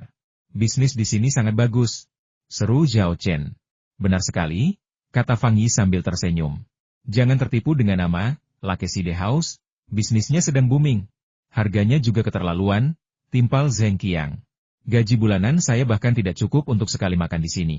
Kalau bos tidak mentraktir, saya tidak akan berani ke sini." Tidak mungkin, harganya semahal itu? Seru Zhao Chen terkejut. Dia tidak tahu gaji Zheng Qiang, tapi sebagai manajer pabrik farmasi, pastinya beberapa ribu yuan. Namun, di restoran tepi danau ini, gajinya bahkan tidak cukup untuk makan. Biaya hidup di sini terlalu tinggi. Harga di sini memang mahal, tapi wajar, jelas Fang Yi sambil tersenyum. Hidangan di La Queside restoran benar-benar lezat. Kamu pasti ingin terus memakannya. Kepala koki mereka memang jago memasak, tapi sayangnya, dia jarang memasak sendiri kecuali menemukan bahan atau herba yang menarik baginya. Meski begitu, dia tetap makan duluan. Sisanya untukmu. Masakan obat? Zhao Chen tiba-tiba teringat bahwa ada beberapa informasi tentang masakan obat dalam berbagai penelitian Ye. Masakan obat pertama kali ditemukan oleh para dokter, yang menggunakan berbagai kombinasi bahan dan herba obat untuk meningkatkan efeknya, sehingga mencapai manfaat terapi diet untuk pencegahan penyakit dan peningkatan kesehatan. Kemudian, beberapa praktisi mengembangkan praktik ini lebih lanjut, menciptakan aliran kultivasi yang disebut Dingxi. Prinsip inti aliran pemikiran ini dapat diringkas dalam satu kata makan. Dan metode pengembangan mereka juga melalui makan. Apapun yang terbang di langit, berenang di air, atau berlari di tanah, asalkan bermanfaat untuk budidaya, maka semuanya bisa dimasak dan dimakan. Sebuah lelucon yang beredar di internet baru-baru ini berbunyi seperti ini: di Laut Utara ada seekor ikan, namanya Kun. Kun begitu besar sehingga tidak bisa ditampung dalam satu wadah. Ia berubah menjadi seekor burung, namanya Peng. Peng begitu besar sehingga membutuhkan 2 panggangan barbeque. Satu untuk resep rahasia dan satu untuk bumbu ringan. Lelucon ini sangat menggambarkan gaya kuliner yang lezat. Para praktisi dari sekolah Dingxi tidak hanya pandai makan, tetapi juga pandai memasak. Mereka benar-benar menguasai seni memasak. Bahan-bahan dan herba obat di tangan mereka bukanlah semur biasa. Mereka menggunakan metode rahasia untuk memasak hidangan berkhasiat, memastikan bahwa tidak hanya rasanya yang luar biasa lezat, tetapi juga energi spiritual dalam bahan dan herba terserap 100% oleh konsumen tanpa hilang atau menguap. Mungkinkah kepala koki misterius La Queside House, dengan banyak aturannya, sebenarnya adalah seorang kultivator aliran Dingxi? Zhao Chen tak dapat menahan diri untuk berspekulasi dalam hatinya, dan di saat yang sama, dia diam-diam mengambil keputusan. Begitu tanaman obat di kebun herbal ini matang, saya pasti akan memetik beberapa dan membawanya untuk mencoba keahlian sang koki. Di tengah tawa dan obrolan, ketiganya memasuki rumah besar itu. Seorang pelayan wanita langsung menyapa mereka, tersenyum, dan bertanya, "Selamat siang, tuan-tuan. Apakah Anda sudah memesan tempat?" Sang nyonya rumah tidak mengenakan seragam hotel pada umumnya, melainkan hanfu yang dijahit dengan rapi dan menyatu sempurna dengan lingkungan sekitar yang antik, memberikan kesan kuno dan langsung meningkatkan kecanggihan hotel tersebut. Fang Yi memberikan namanya, dan nyonya rumah segera menemukan informasinya dan membawa mereka ke ruang pribadi yang disediakan. Begitu berada di dalam ruangan, Zhao Chen didorong untuk duduk di kursi kehormatan oleh Fang Yi dan Zheng Qiang. Meskipun Zhao Chen merupakan yang termuda di antara ketiganya, keterampilannya telah membuat Fang Yi dan Zheng Qiang terkesan. "Saudara Zhao, apa yang ingin kamu makan?" tanya Fang Yi sambil melihat menu. Zhao Chen menjawab, "Beri aku sesuatu yang mengenyangkan, aku punya selera makan yang besar. Soal hidangan apa yang akan dibuat, kamu, pengemudi yang berpengalaman, bisa memutuskan." "Baiklah, kalau begitu aku pesan." Fang Yi tanpa basa-basi langsung memesan beberapa hidangan spesial dan hidangan khas restoran tepi danau itu. Karena mereka sedang menyetir, mereka bertiga tidak minum alkohol, tetapi mereka memesan 2 teko teh buah spesial restoran itu. Tak lama kemudian, hidangan pun disajikan satu demi satu. Fang Yi menunjuk ikan yang diletakkan di tengah meja dan berkata sambil tersenyum, "Saudara Zhao, cobalah ikan ini. Kelezatan ikan sungai di restoran La Queside sungguh luar biasa. Saya sudah berkeliling negeri dan makan begitu banyak ikan, tetapi belum pernah ada yang membuatnya sebaik ini. Kalau begitu aku harus mencobanya." Zhao Chen mengambil sepotong ikan dengan sumpitnya dan memasukkannya ke dalam mulutnya. Ikannya lembut dan penuh cita rasa, menggugah selera dan memberikan kenikmatan yang tak tertandingi. "Rasanya sungguh lezat," seru Zhao Chen. Ketiganya tengah menikmati makanan mereka ketika pintu ruang pribadi itu tiba-tiba terbuka dengan suara keras. Ketiganya menoleh bersamaan dan mendapati bahwa orang yang menerobos masuk ke aula elegan itu adalah seorang gadis aneh berusia 18 atau 19 tahun. Ia memang cantik, tetapi ada kesombongan di matanya yang membuat orang-orang merasa sangat tidak nyaman. Fang Yi mengerutkan kening dan berkata, "Nona, Anda datang ke ruangan yang salah, bukan?" Gadis itu tidak menjawab pertanyaannya. Malah, setelah menatapnya dari atas ke bawah, ia bertanya balik, "Apakah kamu Fang Yi dari Bai Chao Tang?" "Ya." Fang Yi terkejut, tak menyangka gadis itu mengenalinya. "Kau datang menemuiku, tapi kurasa aku tak mengenalmu?" Gadis itu mengabaikan pertanyaannya sekali lagi dan melanjutkan, "Di mana Zhao Chen?" Fang Yi tanpa sadar menatap Zhao Chen. Tatapan gadis itu juga tertuju pada Zhao Chen, tiba-tiba menjadi jauh lebih tajam, dan dia bertanya, "Kamu Zhao Chen?" "Saya Zhao Chen. Siapa kamu?" Zhao Chen berdiri dan bertanya, benar-benar bingung. "Baiklah, akhirnya aku bertemu denganmu, dasar pembohong tak tahu malu." Teriak gadis itu dingin, melompat ke meja makan dan melancarkan tendangan split yang kuat ke arah Zhao Chen. Peristiwa itu terjadi begitu tiba-tiba sehingga Fang Yi dan Zheng Qiang bahkan tidak sempat bereaksi. Zhao Chen melangkah mundur tepat waktu, menghindari serangan tiba-tiba gadis itu. Ledakan. Tendangan terbagi gadis itu mendarat di kursi, menghancurkan kursi kayu halus itu berkeping-keping. "Siapa sebenarnya kau? Aku tidak dendam padamu, jadi kenapa kau menyerangku?" Zhao Chen agak kesal. Bayangkan sedang makan enak-enak bersama teman-teman, lalu tiba-tiba ada orang gila datang dan menyerang Anda tanpa berkata apa-apa. Siapapun pasti akan marah jika berada dalam situasi seperti itu. Tak gentar dengan serangan awalnya, gadis itu melompat dari meja dan melanjutkan serangannya pada Zhao Chen, sambil berkata, "Namaku Zhao Jingrou, dan aku keturunan langsung keluarga Zhao dari Jinling. Kau telah menyamar sebagai keluarga Zhao dari Jinling, menipu dan menipu orang di mana-mana. Kejahatanmu tak termaafkan. Aku akan menghajarmu sekarang juga dan melumpuhkan tanganmu. Mari kita lihat apakah kau berani menyamar sebagai keluarga Zhao dari Jinling lagi. Kapan aku menyamar sebagai keluarga Zhao dari Jinling? Dan kau ingin melumpuhkan tanganku? Kau benar-benar sombong." Kemarahan Zhao Chen semakin memuncak. Fang Yi tersadar. Ternyata gadis ini berasal dari keluarga Zhao di Jinling. Ia salah mengira Zhao Chen menggunakan nama keluarga mereka untuk menipu dan menipu orang, jadi ia datang untuk memberi Zhao Chen pelajaran. Merupakan hal yang wajar bagi anggota keluarga medis ternama seperti keluarga Zhao dari Jinling, dengan tradisi medis yang telah berlangsung ratusan tahun, untuk menguasai seni bela diri. Berlatih seni bela diri itu sendiri merupakan cara untuk memperkuat tubuh. Seni bela diri internal seperti 5 hewan yang bersenang-senang dan 8 potong brokat awalnya diciptakan oleh para praktisi medis. Melihat gerakan Zhao Jingrou yang semakin ganas, Fang Yi takut Zhao Chen akan menderita kerugian. Jadi ia segera berkata, "Saya dapat bersaksi bahwa saudara Zhao tidak pernah menyamar sebagai keluarga Zhao dari Jinling. Ia pernah menyembuhkan penyakit aneh putri saya sebelumnya, dan tabib terkenal Wang Jiasen mencurigai bahwa ia berasal dari keluarga Zhao dari Jinling, tetapi ia menyangkalnya. Sebenarnya, Fang Yi menyimpan pikiran lain meskipun keluarga Zhao Mu dari Jinling kuat, kau tidak pantas membiarkan saudara Zhao meniru mereka. Saudara Zhao bisa memproduksi dupa penenang, pil afrodisiak, dan pil kecantikan. Bisakah keluarga Zhao Mu dari Jinling, setelah bertahun-tahun berkembang, memproduksi ketiga obat ini?" Dia sangat pandai untuk tidak mengucapkan kata-kata itu keras-keras, kalau tidak dia akan benar-benar menyinggung keluarga Zhao dari Jinling. Kesaksian Fang Yi tidak berpengaruh karena Zhao Jingrou sama sekali tidak mempercayainya. Ia mencibir, "Kalian berdua jelas-jelas bersekongkol, kalian pasti akan saling melindungi." Melihat Zhao Jingrou yang tak tergerak oleh akal sehat dan tak bisa membedakan mana yang benar dan mana yang salah, Zhao Chen pun murka dan membentak, "Ada apa denganmu? Kau tak mau mendengarkan penjelasan yang pantas. Apa kau yakin aku berpura-pura menjadi keluarga Jinling Zhao Mu?" "Benar sekali," jawab Zhao Jingrou, "hari ini aku akan melumpuhkan tanganmu agar kau tidak bisa lagi memeriksa denyut nadi atau melakukan akupuntur. Mari kita lihat bagaimana kau akan menyamar sebagai keluarga Zhao dari Jinling untuk menipu orang. Kalau kau terus begini, aku akan melawan," teriak Zhao Chen. Sebelumnya, ia hanya menghindar dan menangkis serangan Zhao Jingrou tanpa membalas. Namun, kini, ia benar-benar murka dengan perilaku Zhao Jingrou yang tidak masuk akal dan tak terduga. Wanita ini perlu diberi pelajaran. Kita tidak boleh memanjakannya. Semakin kita memanjakannya, semakin tidak masuk akal dia. Melawan? Ayo lawan. Kita lihat siapa yang jatuh duluan, kamu atau aku. Zhao Jingrou tidak menganggap serius ancaman Zhao Chen. Menurutnya, Zhao Chen hanya keras kepala. Ia telah sepenuhnya meredam situasi. Zhao Chen tidak punya kesempatan untuk melawan, apalagi membalikkan keadaan. Akan tetapi, sebelum dia sempat selesai berbicara, Zhao Chen mencengkeram kaki kirinya dan menendangnya. Zhao Jingrou tercengang. Gerak kakinya dikenal cepat dan kejam, dan dia belum pernah terlibat perkelahian sebelumnya.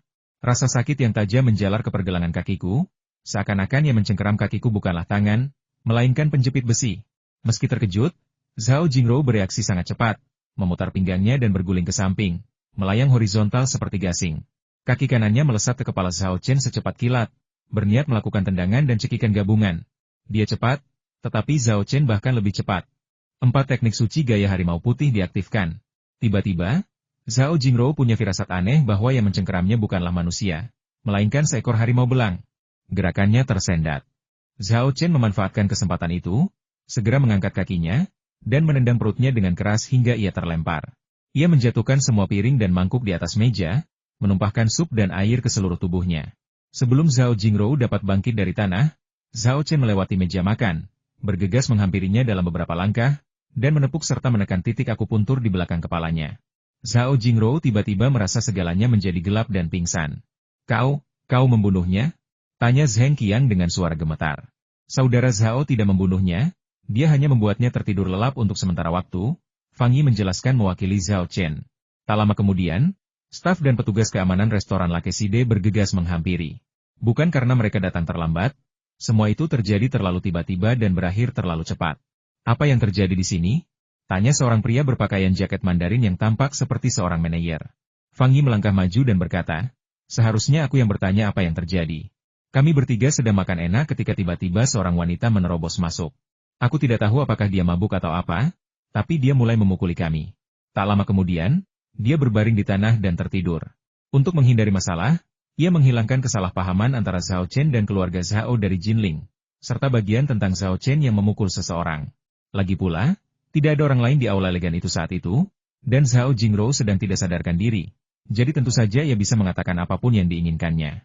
Setelah memeriksa Zhao Jingrou dan memastikan bahwa ia tidak dalam bahaya yang mengancam jiwa dan memang tidak sadarkan diri, manajer menghela napas lega, menangkupkan tangannya sebagai tanda hormat kepada mereka bertiga, dan berkata, saya sangat menyesal, ini adalah kesalahan kami yang menyebabkan Anda kesulitan.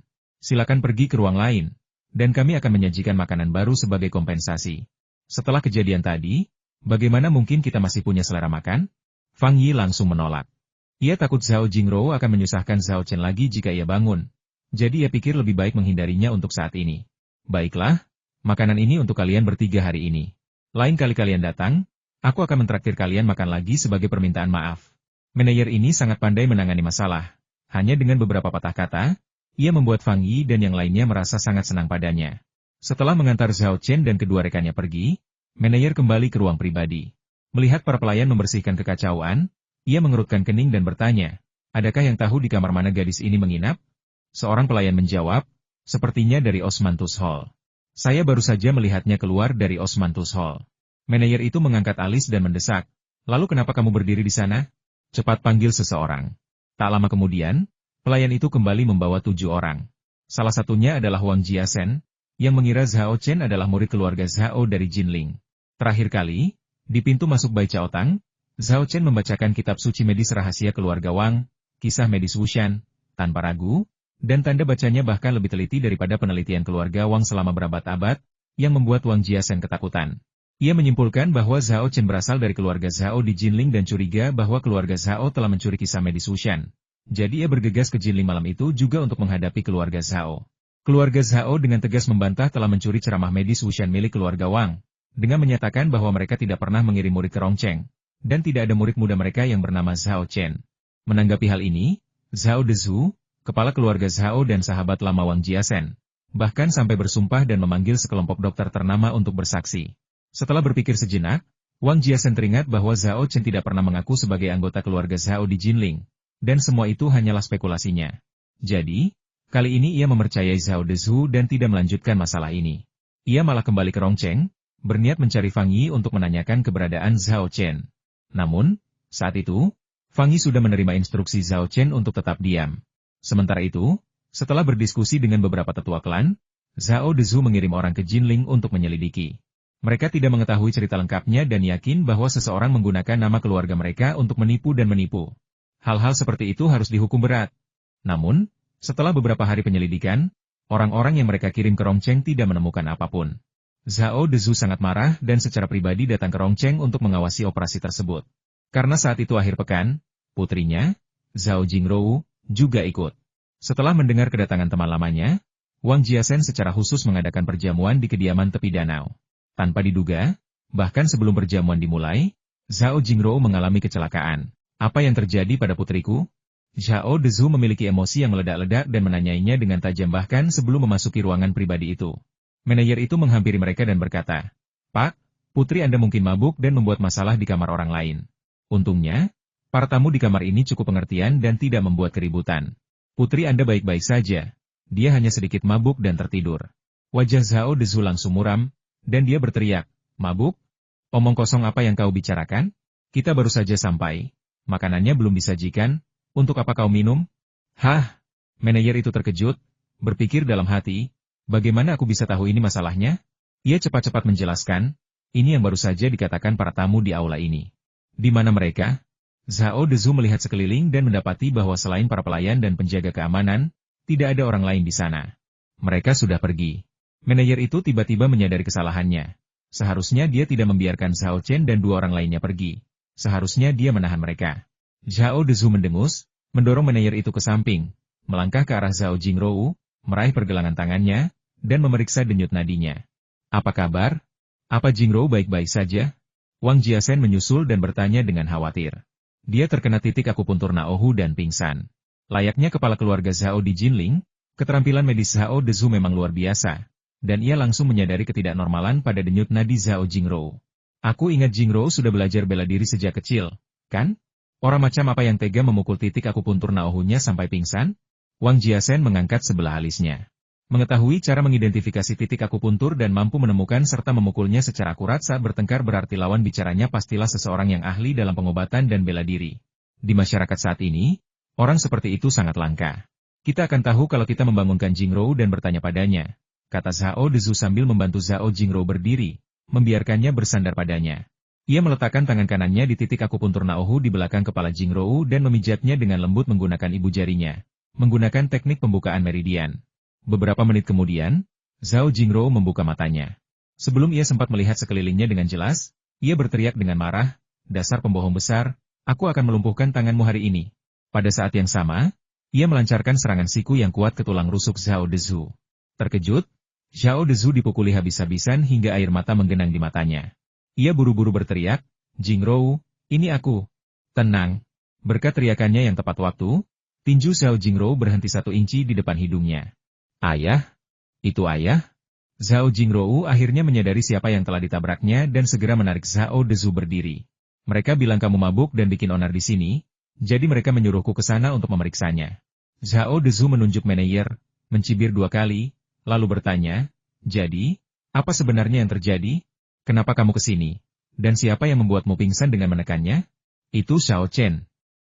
Kata Zhao Jingrou sambil menggertakkan giginya. Xiao Chen? Itu anak yang menyamar sebagai keluarga Zhao dari Jinling? Zhao Dezu terkejut. Dia juga di sini? Bagaimana kau bisa bertemu dengannya? Zhao Jingrou menceritakan apa yang telah terjadi. Ketika mereka pertama kali tiba di Lakeside House, Wang Jiasen melihat mobil Fang Yi dan dengan santai berkata, itu mobil pemilik Bai Chaotang. Sepertinya dia juga makan malam di sini hari ini. Tak seorang pun bereaksi. Mereka semua merasa Fang Yi dan Zhao Chen tidak ada hubungannya, kecuali Zhao Jingrou. Ia yakin Fang Yi pasti ada hubungannya dengan Zhao Chen, atau setidaknya ada hubungannya. Sambil memesan makanan, ia mencari alasan untuk mengagumi suasana tepi danau, meninggalkan ruang pribadi, menemui penyambut tamu, dan menanyakan nama serta lokasi ruang pribadi tempat Fang Yi berada. Lalu, ia bergegas masuk. Setelah mendengar seluruh ceritanya, Wang Jiasen tak kuasa menahan diri untuk berpikir, Zhao Jingrou, kurasa kau salah memilih nama. Tingkah lakumu sungguh tak seperti yang diharapkan dari orang yang lembut. Dia berkata, Zhao tua, saya rasa ini salah paham. Seperti yang dikatakan Fang Yi, Zhao Chen tidak pernah mengaku sebagai anggota keluarga Zhao di Jinling. Bahkan ketika saya bertanya kepadanya, dia langsung menyangkalnya. Wang tua, kau tak perlu bicara lagi. Zhao Dezu melambaikan tangannya dan berkata dengan nada geram, masalah ini mungkin sebelumnya hanya kesalahpahaman. Tapi sekarang, bukan lagi kesalahpahaman. Siapapun yang berani menindas putriku, Zhao Dezu, akan menyesalinya. Menindas putrimu? Jelas putrimu yang menyerangmu tanpa sepatah kata pun. Zhao Chen harus turun tangan dan memberi pelajaran pada putri nakal ini setelah beberapa kali gagal menghentikannya. Benar saja, ketika ayahnya bersikap tidak masuk akal, putrinya pun menjadi sangat nakal. Sambil mengeluh, Wang Jiasen terus menasihati, Pak Tua Zhao, lebih baik menyelesaikan konflik daripada membiarkannya berlarut-larut. Omong kosong. Zhao Dezu mencibir. Mereka yang menghina keluarga Zhao dari Jinling harus membayar harganya. Ia menoleh dan memerintahkan beberapa anggota klan, kalian punya waktu 3 hari untuk mencari tahu latar belakang Zhao Chen. Ya, jawab para anggota klan serempak. Wang Jiasen tidak berusaha membujuknya lebih jauh karena ia tahu bahwa Zhao Dezu sangat keras kepala. Begitu ia mengambil keputusan, bahkan 8 ekor lembu pun tidak dapat menariknya kembali. Terlebih lagi, Zhao Dezu dikenal protektif terhadap anak-anaknya sendiri.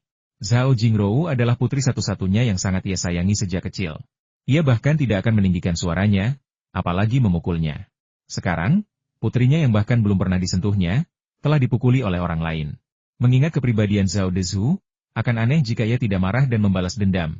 Setelah ragu-ragu sejenak, Wang Jiasen bertanya dengan ragu, "Zhao tua, apa yang sedang kamu rencanakan? Apa yang harus kita lakukan?" Zhao Dezu berkata sambil menggertakkan gigi, "Bajingan ini berani menyamar sebagai keluarga Zhaoku dan memukuli putriku.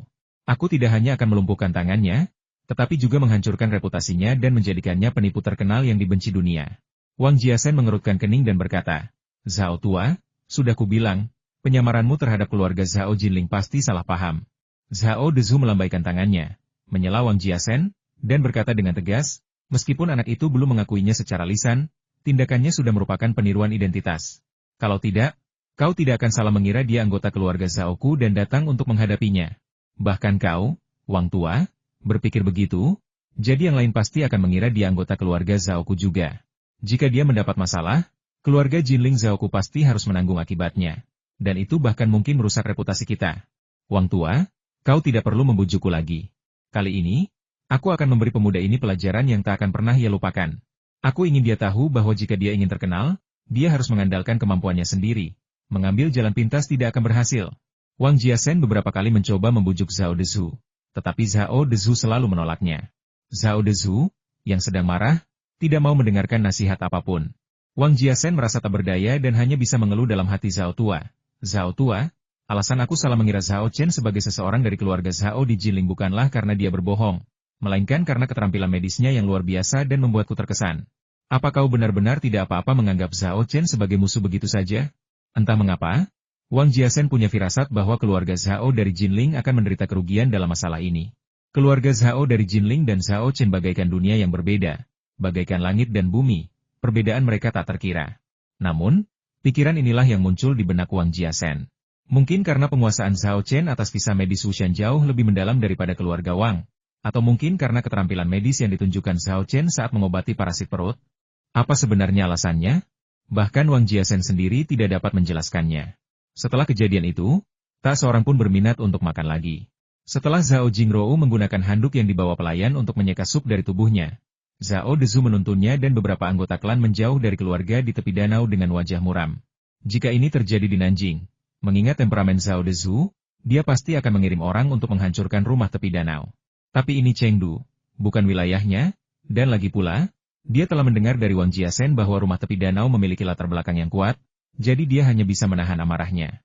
Setelah meninggalkan kediaman di tepi danau, Wang Jiasen berkata, "Zhao tua, awalnya aku berencana mengadakan jamuan makan malam penyambutan untukmu siang ini, tapi aku tak menyangka akan terjadi hal tak terduga ini. Bagaimana kalau begini? Aku akan mengadakan jamuan makan malam lagi malam ini, mengundangmu dan semua teman Zhao." Sebelum ia sempat menyelesaikan ucapannya, Zhao Dezu melambaikan tangannya untuk menyela lupakan saja soal perjamuan itu. "Aku benar-benar tidak ingin minum sampai aku memberi Zhao Chen pelajaran yang tak akan pernah ia lupakan.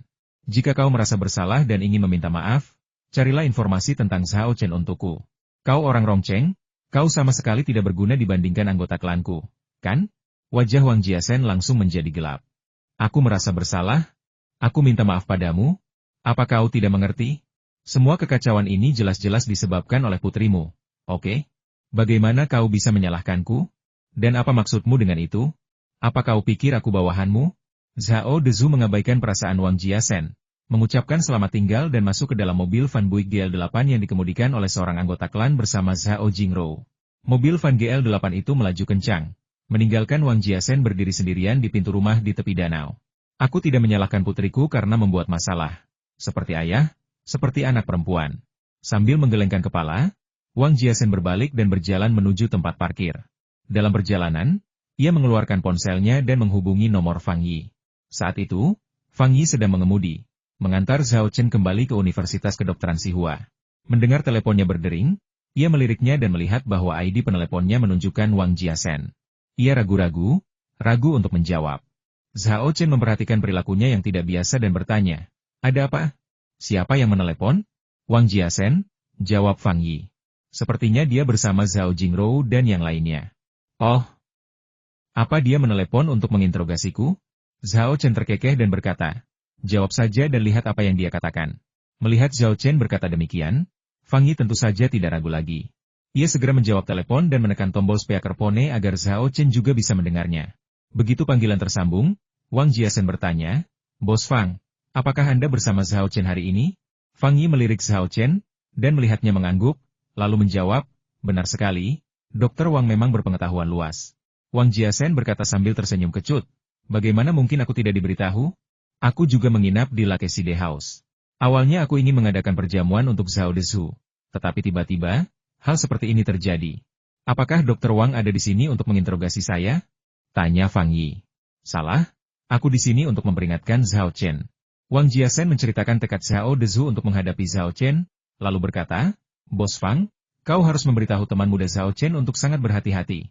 Keluarga Zhao dari Jinling telah berkembang selama ratusan tahun, dengan murid dan teman di seluruh dunia. Zhao Dezu benar-benar kejam kali ini, dan teman muda Zhao Chen kemungkinan besar akan mendapat masalah." "Apa?" seru Fang Yi kaget.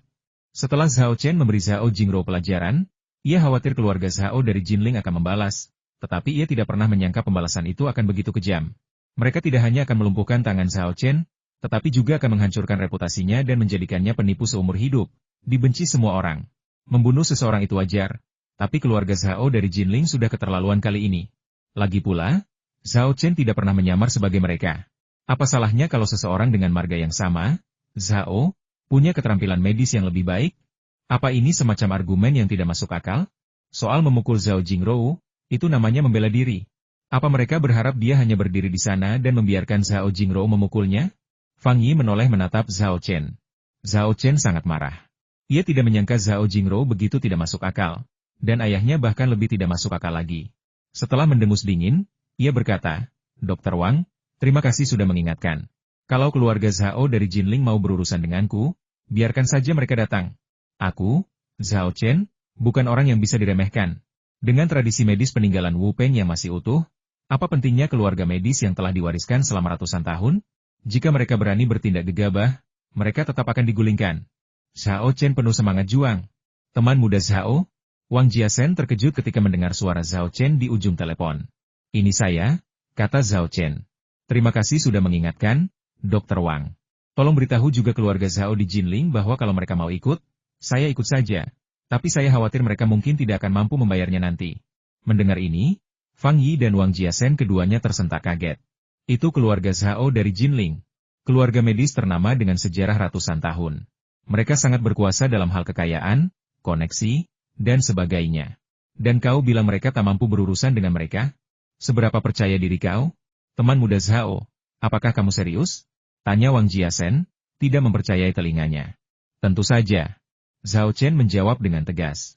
Melihat kepercayaan diri Zhao Chen, Wang Jiasen tak kuasa menahan diri untuk bertanya-tanya apakah Zhao Chen memiliki pendukung yang kekuatannya tak kalah dari keluarga Zhao di Jinling.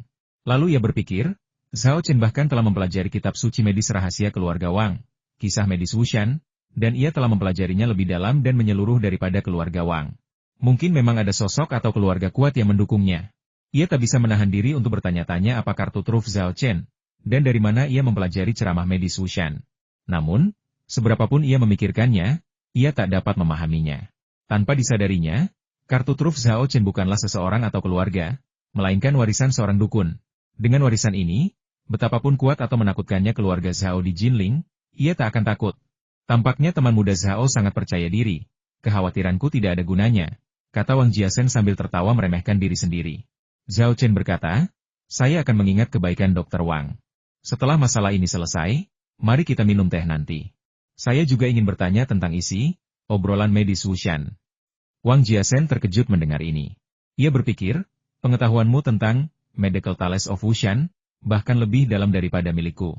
Kenapa kau masih perlu meminta nasihatku? Kemudian ia menyadari bahwa Zhao Chen mengatakan bahwa ia meminta nasihat, tetapi sebenarnya ia menyiratkan bahwa ia akan mewariskan pemahamannya tentang pengetahuan dalam Medical Tales of Wushan kepadanya. Wang Jiasen tiba-tiba menjadi bersemangat. Sebelumnya, Zhao Chen hanya membaca sebagian kecil dari garis besar perbincangan medis Wushan, dan ada banyak bagian yang tanda bacanya berbeda dari yang dipelajari keluarga Wang. Sekembalinya ke rumah, ia tidak hanya merenungkannya sendiri, tetapi juga mendiskusikannya dengan beberapa anggota klannya. Mereka sepakat bahwa tanda baca Zhao Chen lebih mendalam dan halus daripada penelitian keluarga Wang selama seabad. Dan ini baru permulaan. Tidak ada yang bisa menjamin bahwa tidak akan ada lebih banyak perbedaan tanda baca di kemudian hari. Lagi pula, Bagaimana dengan terjemahan dan pemahamannya, bukankah keduanya akan jauh lebih indah?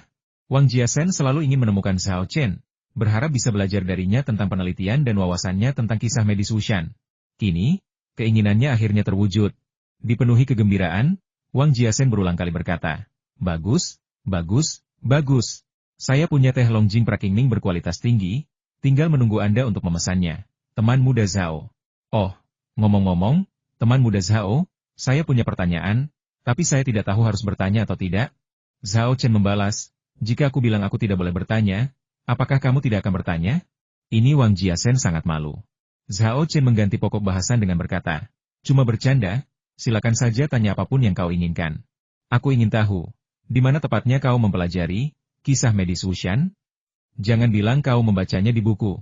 Kisah medis Wushan, ini adalah rahasia keluarga Wang yang dijaga ketat, tidak pernah ada salinannya." Wang Jiasen berkata, dengan pikiran lain yang tak terucapkan lagi pula, "Salinan ini bahkan lebih baik daripada aslinya yang telah dilestarikan keluarga kami selama beberapa generasi." Zhao Chen tersenyum dan menjawab, "Guruku yang mengajariku." Wang Jiasen bertanya, "Siapa nama gurumu? Bagaimana dia tahu kisah medis Wushan?" "Guru saya dikenal sebagai tabib Gunung Roh, tetapi beliau tidak pernah memberitahu saya nama aslinya. Mengenai bagaimana beliau mengetahui kisah medis Wushan, saya tidak tahu." Zhao Chen tidak mengungkapkan nama Wu Peng, melainkan memberinya nama samaran. Wu Peng awalnya adalah ketua 10 penyihir Lingsan, dan juga seorang dukun, sehingga memanggilnya Dr. Lingsan sangatlah tepat. Dr. Lingsan? Wang Jiasen bergumam beberapa kali, tetapi tidak dapat mengingat siapapun di bidang medis dengan nama itu. Mungkinkah dia seorang tabib agung yang penyendiri? Sebagai murid dari keluarga tabib, Wang Jiasen tahu bahwa ada banyak guru penyendiri di dunia ini yang, meskipun tidak dikenal, memiliki keterampilan yang sangat tinggi. Mungkinkah guru Zhao Chen, tabib Lingshan, adalah salah satunya? Setelah menutup telepon, Fang Yi berkata, "Saudara Zhao, keluarga Zhao di Jinling bukan keluarga biasa. Bagaimana rencanamu menghadapi pembalasan mereka?" Zhao Chen mencibir, "Ini tidak lebih dari sekadar menghadapi apapun yang menghadang. Mari kita lihat trik apa yang mereka miliki. Jika mereka membuatku marah, aku akan pergi ke depan pintu mereka dan menantang mereka, dan merobohkan plakat keluarga Jinling Zhao mereka." Mulut Fang Yi ternganga, sangat terkejut dengan kemurahan hati Zhao Chen. Ia lalu berkata, "Saudara Zhao, kalau ada yang perlu saya bantu, beritahu saja." Dia dan Zhao Chen sudah berada di posisi yang sama. Jika Zhao Chen dihancurkan oleh keluarga Zhao dari Jinling, kerjasama mereka mungkin juga terpaksa dihentikan. Sekarang dupa penenang baru saja mulai menunjukkan potensinya, dan pil vigor serta pil bergizi akan segera diluncurkan. Bisnis mereka berada dalam fase pertumbuhan yang pesat. Fang Yi tidak ingin, dan tidak akan membiarkan siapapun, menghancurkan semua ini. Zhao Chen berpikir sejenak dan berkata, "Memang ada sesuatu yang saya butuhkan bantuan Anda. Tolong cari tahu apa saja keahlian keluarga Zhao di Jinling dan apa saja keahlian khusus mereka." Hanya ini? Fang Yi terkejut. Zhao Chen mengangguk, ini dia. Fang Yi tidak membuang kata-kata dan berkata, "Baiklah, saya akan mencari tahu informasinya sesegera mungkin." 20 menit kemudian, sedan Audi Fang Yi berhenti di pintu masuk Universitas Kedokteran Sihua. Zhao Chen keluar dari mobil, melambaikan tangan kepada Fang Yi, dan tak lupa berpesan, "Ingat kabari aku kalau obatmu habis di pabrik farmasi. Nanti aku sempatkan untuk mengisinya. Cepat juga mengurus izin produksi pil Xiongfeng dan pil Yangrong. Segera dapatkan persetujuannya agar kita bisa segera memulai produksi." "Jangan khawatir, aku bahkan lebih cemas daripada kamu," kata Fang Yi sambil tersenyum. Kemudian, raut wajahnya berubah serius, dan ia menambahkan, "Saudara Zhao, kalau ada hal lain yang bisa kubantu, jangan ragu untuk bertanya." Zhao Chen mengangguk, "Aku tahu. Aku pasti tidak akan berdiri hormat padamu." Setelah Fang Yi pergi, Zhao Chen tidak terburu-buru masuk ke sekolah. Sambil mengusap perutnya, ia pergi ke restoran keluarga yang sering ia kunjungi. Dia belum makan kenyang di restoran Lakeside karena Zhao Jingro mengganggunya. Dia ada pertandingan sore ini, dan dia tidak bisa pergi dengan perut kosong. Setelah menyelesaikan makan dan kembali ke asrama, kami mendapati bahwa tidak hanya 3 bersaudara dari kamar 301 yang ada di sana, tetapi juga sekelompok anggota tim basket. Zhao Chen terkekeh dan bercanda, "Kalian semua sedang apa? Mengadakan rapat pra-pertempuran?" Begitu Liu Ju melihat Zhao Chen, ia langsung mengeluh, "Kakak ketiga, akhirnya kau kembali. Kau belum tahu, kan? Kelas 7 kedokteran klinis telah membuat pernyataan berani, mengatakan mereka akan memperlebar selisih skor menjadi lebih dari 70 poin dalam permainan hari ini." Zhao Chen akhirnya mengerti mengapa semua orang tampak begitu marah. Mereka geram dengan kata-kata kasar yang diucapkan oleh kelas 7 kedokteran klinis. Ia tertawa dan berkata, "Bukankah wajar melontarkan ancaman sebelum kompetisi?" Liu Ju berkata dengan nada kesal, Tapi mereka seharusnya tidak bilang akan mengalahkan kita dengan selisih 70 poin. Itu sungguh mempermalukan kita. Dalam bola basket, menang dengan selisih 20 poin atau lebih dapat dianggap kemenangan besar, menang dengan selisih 30 poin dapat disebut kemenangan mutlak, dan menang dengan selisih 70 poin dapat dianggap penghinaan. Zhao Chen tertawa. Siapapun bisa bicara keras, kan? Bukankah kita sudah bilang sebelumnya kalau kita akan menghancurkan kelas 7 kedokteran klinik? Baiklah, semuanya, berhentilah marah. Karena kelas 7 kedokteran klinik ingin memperlebar selisih skor menjadi 70, kita akan berikan apapun yang mereka mau. Semua anggota tim basket tercengang, menatap Zhao Chen dengan takjub. Tentu saja, kita seharusnya menjadi pemenang. Zhao Chen kemudian menyelesaikan kalimatnya. Liu Ju menghela napas lega, menepuk dadanya, dan berkata dengan nada berlebihan, "Kau membuatku takut setengah mati. Kupikir kau sudah takut bahkan sebelum pertempuran dimulai. Mana mungkin? Semangat juangku sedang tinggi sekarang." Zhao Chen mencibir 2 kali, berpikir dalam hati, api yang disulut keluarga Zhao dari Jinling dalam diriku hanya mencari tempat untuk melampiaskan, dan sekarang kelas klinik 7 datang mengetuk. Baiklah, biarkan aku melampiaskan semuanya pada mereka. Merasakan semangat juang yang terpancar dari Zhao Chen, seluruh tim basket dipenuhi dengan semangat tinggi. Bagus sekali. Karena kelas 7 kedokteran klinis menginginkan kekalahan telak yang akan tercatat dalam sejarah sekolah, mari kita kabulkan keinginan mereka kali ini, agar mereka tidak bilang kita tidak menghargai mereka. Menang dengan selisih 70 poin? Membayangkannya saja sudah seru. Tapi bisakah kita benar-benar menang dengan selisih poin sebanyak itu? Lawan kita adalah kelas klinis 7. Menang melawan kelas klinik 7 jelas bukan masalah. Dengan Zhao Chen sebagai kartu truf kita, bahkan jika kita bertemu tim unggulan teratas di turnamen bola basket mahasiswa baru tahun ini, kelas ortopedi 1, kita pasti bisa mengalahkan mereka. Hanya saja, selisih skor yang sangat jauh, 70 poin, mungkin agak sulit. Apapun situasinya, karena Zhao Chen telah mengatakan ingin mengalahkan kelas 7 kedokteran klinis dengan selisih 70 poin, kita harus berusaha sekuat tenaga untuk mencapai tujuan ini. Setelah berdiskusi sejenak, tim basket berteriak serempak, berikan yang terbaik. Menang dengan selisih 70 poin. Pertandingan akan segera dimulai, dan Zhao Chen pergi ke lapangan bersama tim basket. Lapangan basket sudah penuh sesak. Beberapa pertandingan dijadwalkan berlangsung serentak di beberapa lapangan sore ini, sehingga para siswa dari semua jurusan dan kelas berkumpul di sini untuk mendukung tim mereka masing-masing. Pertandingan antara kelas 3 program pengobatan tradisional Tiongkok dan Barat terpadu dan kelas 7 program kedokteran klinis akan digelar di lapangan basket nomor 5. Ketika Zhao Chen dan teman-teman sekelasnya tiba, lapangan basket sudah penuh sesak dengan siswa dari kedua kelas. Kedua tim tampak jelas terbagi, masing-masing menempati satu sisi. Melihat Zhao Chen dan timnya tiba, para siswa kelas 3 kedokteran tradisional Tiongkok dan Barat terpadu langsung bersorak dan berteriak memberi semangat. Para siswa dari kelas 7 kedokteran klinis lawan pun tak mau kalah, turut bersorak riuh mendukung tim mereka. Bahkan sebelum kompetisi resmi dimulai, kedua kelas sudah terlibat dalam adu sorak yang sengit. Para pemain dari kelas klinik 7 juga tiba di lapangan pada saat ini dan memulai pemanasan sebelum pertandingan. Namun, kapten mereka, Eltian, tidak memasuki lapangan basket melainkan berdiri di antara kerumunan di luar lapangan. Ye Feng berdiri di sampingnya, menunjuk Zhao Chen, dan berkata, "Itu dia anak itu. Beri dia pelajaran yang bagus saat kompetisi nanti. Kalau kamu berhasil, aku akan mentraktir kalian semua dengan sebungkus makanan, minuman, dan hiburan." Lu Tian mengangguk dan berkata dengan nada geram, "Tidak masalah, kakak senior Ye. Anak ini berani memprovokasimu. Dia hanya melebih-lebihkan dirinya sendiri. Begitu dia melangkah ke lapangan, aku akan memastikan dia terbaring di tanah." Ye Feng melambaikan tangannya dan berkata, "Hei, jangan terlalu kasar. Biarkan dia tetap di lapangan dan pukuli dia habis-habisan, buat dia terlihat menyedihkan. Setelah dia benar-benar dipermalukan, belum terlambat untuk mengusirnya dari lapangan. Juga, jangan patahkan tulang atau apapun, itu terlalu membosankan. Lebih baik kau incar adiknya." Lu Tian tersentak dan secara naluriah menutupi selangkangannya. Tanpa diduga, Ye Feng, yang terus berkata untuk tidak bersikap terlalu kasar, malah menginstruksikan mereka untuk menyerang dari tubuh bagian bawah. Seberapa dalamkah kebencian di antara mereka? Namun, setelah menerima bantuan dari Ye Feng, Eltian tentu saja merasa berkewajiban untuk melakukan yang terbaik. Ia mengangguk dan berkata, "Dimengerti, kakak senior Ye. Kami pasti tidak akan mengecewakanmu." Ye Feng menepuk bahu Eltian dan berkata, "Teruskan, aku akan ada di sini untuk melihatmu dan menyemangatimu." Baiklah. Lu Tian melangkah ke lapangan dan mengumpulkan para pemain pemanasan. Sepertinya ia sedang memberikan pidato penyemangat sebelum pertandingan. Tetapi sebenarnya, ia sedang menyampaikan instruksi Ye Feng. Di tengah kerumunan, Ye Feng menatap Zhao Chen dengan senyum sinis, sambil berpikir, "Nak, Akan kutunjukkan padamu bahwa ada konsekuensi serius jika mencoba merebut seorang wanita dariku, Ye Feng. Detik berikutnya, ekspresinya berubah jelek karena dia melihat Lin Sui di pinggir lapangan, menyemangati Zhao Chen. Hei, Lin Sui, apa yang membawa kalian semua ke sini? Zhao Chen juga melihat Lin Sui, bersama Yang Zi, Luodan, dan Qixia. Aku di sini untuk menyemangatimu, kata Lin Sui sambil tersenyum. Dia sudah cantik, dan senyumnya semakin memikat, membuat semua anak laki-laki di sekitarnya menatapnya. Para anggota tim basket kelas 7 klinik, yang awalnya hanya mengikuti perintah, menjadi sangat membenci Zhao Chen setelah menyaksikan kejadian ini.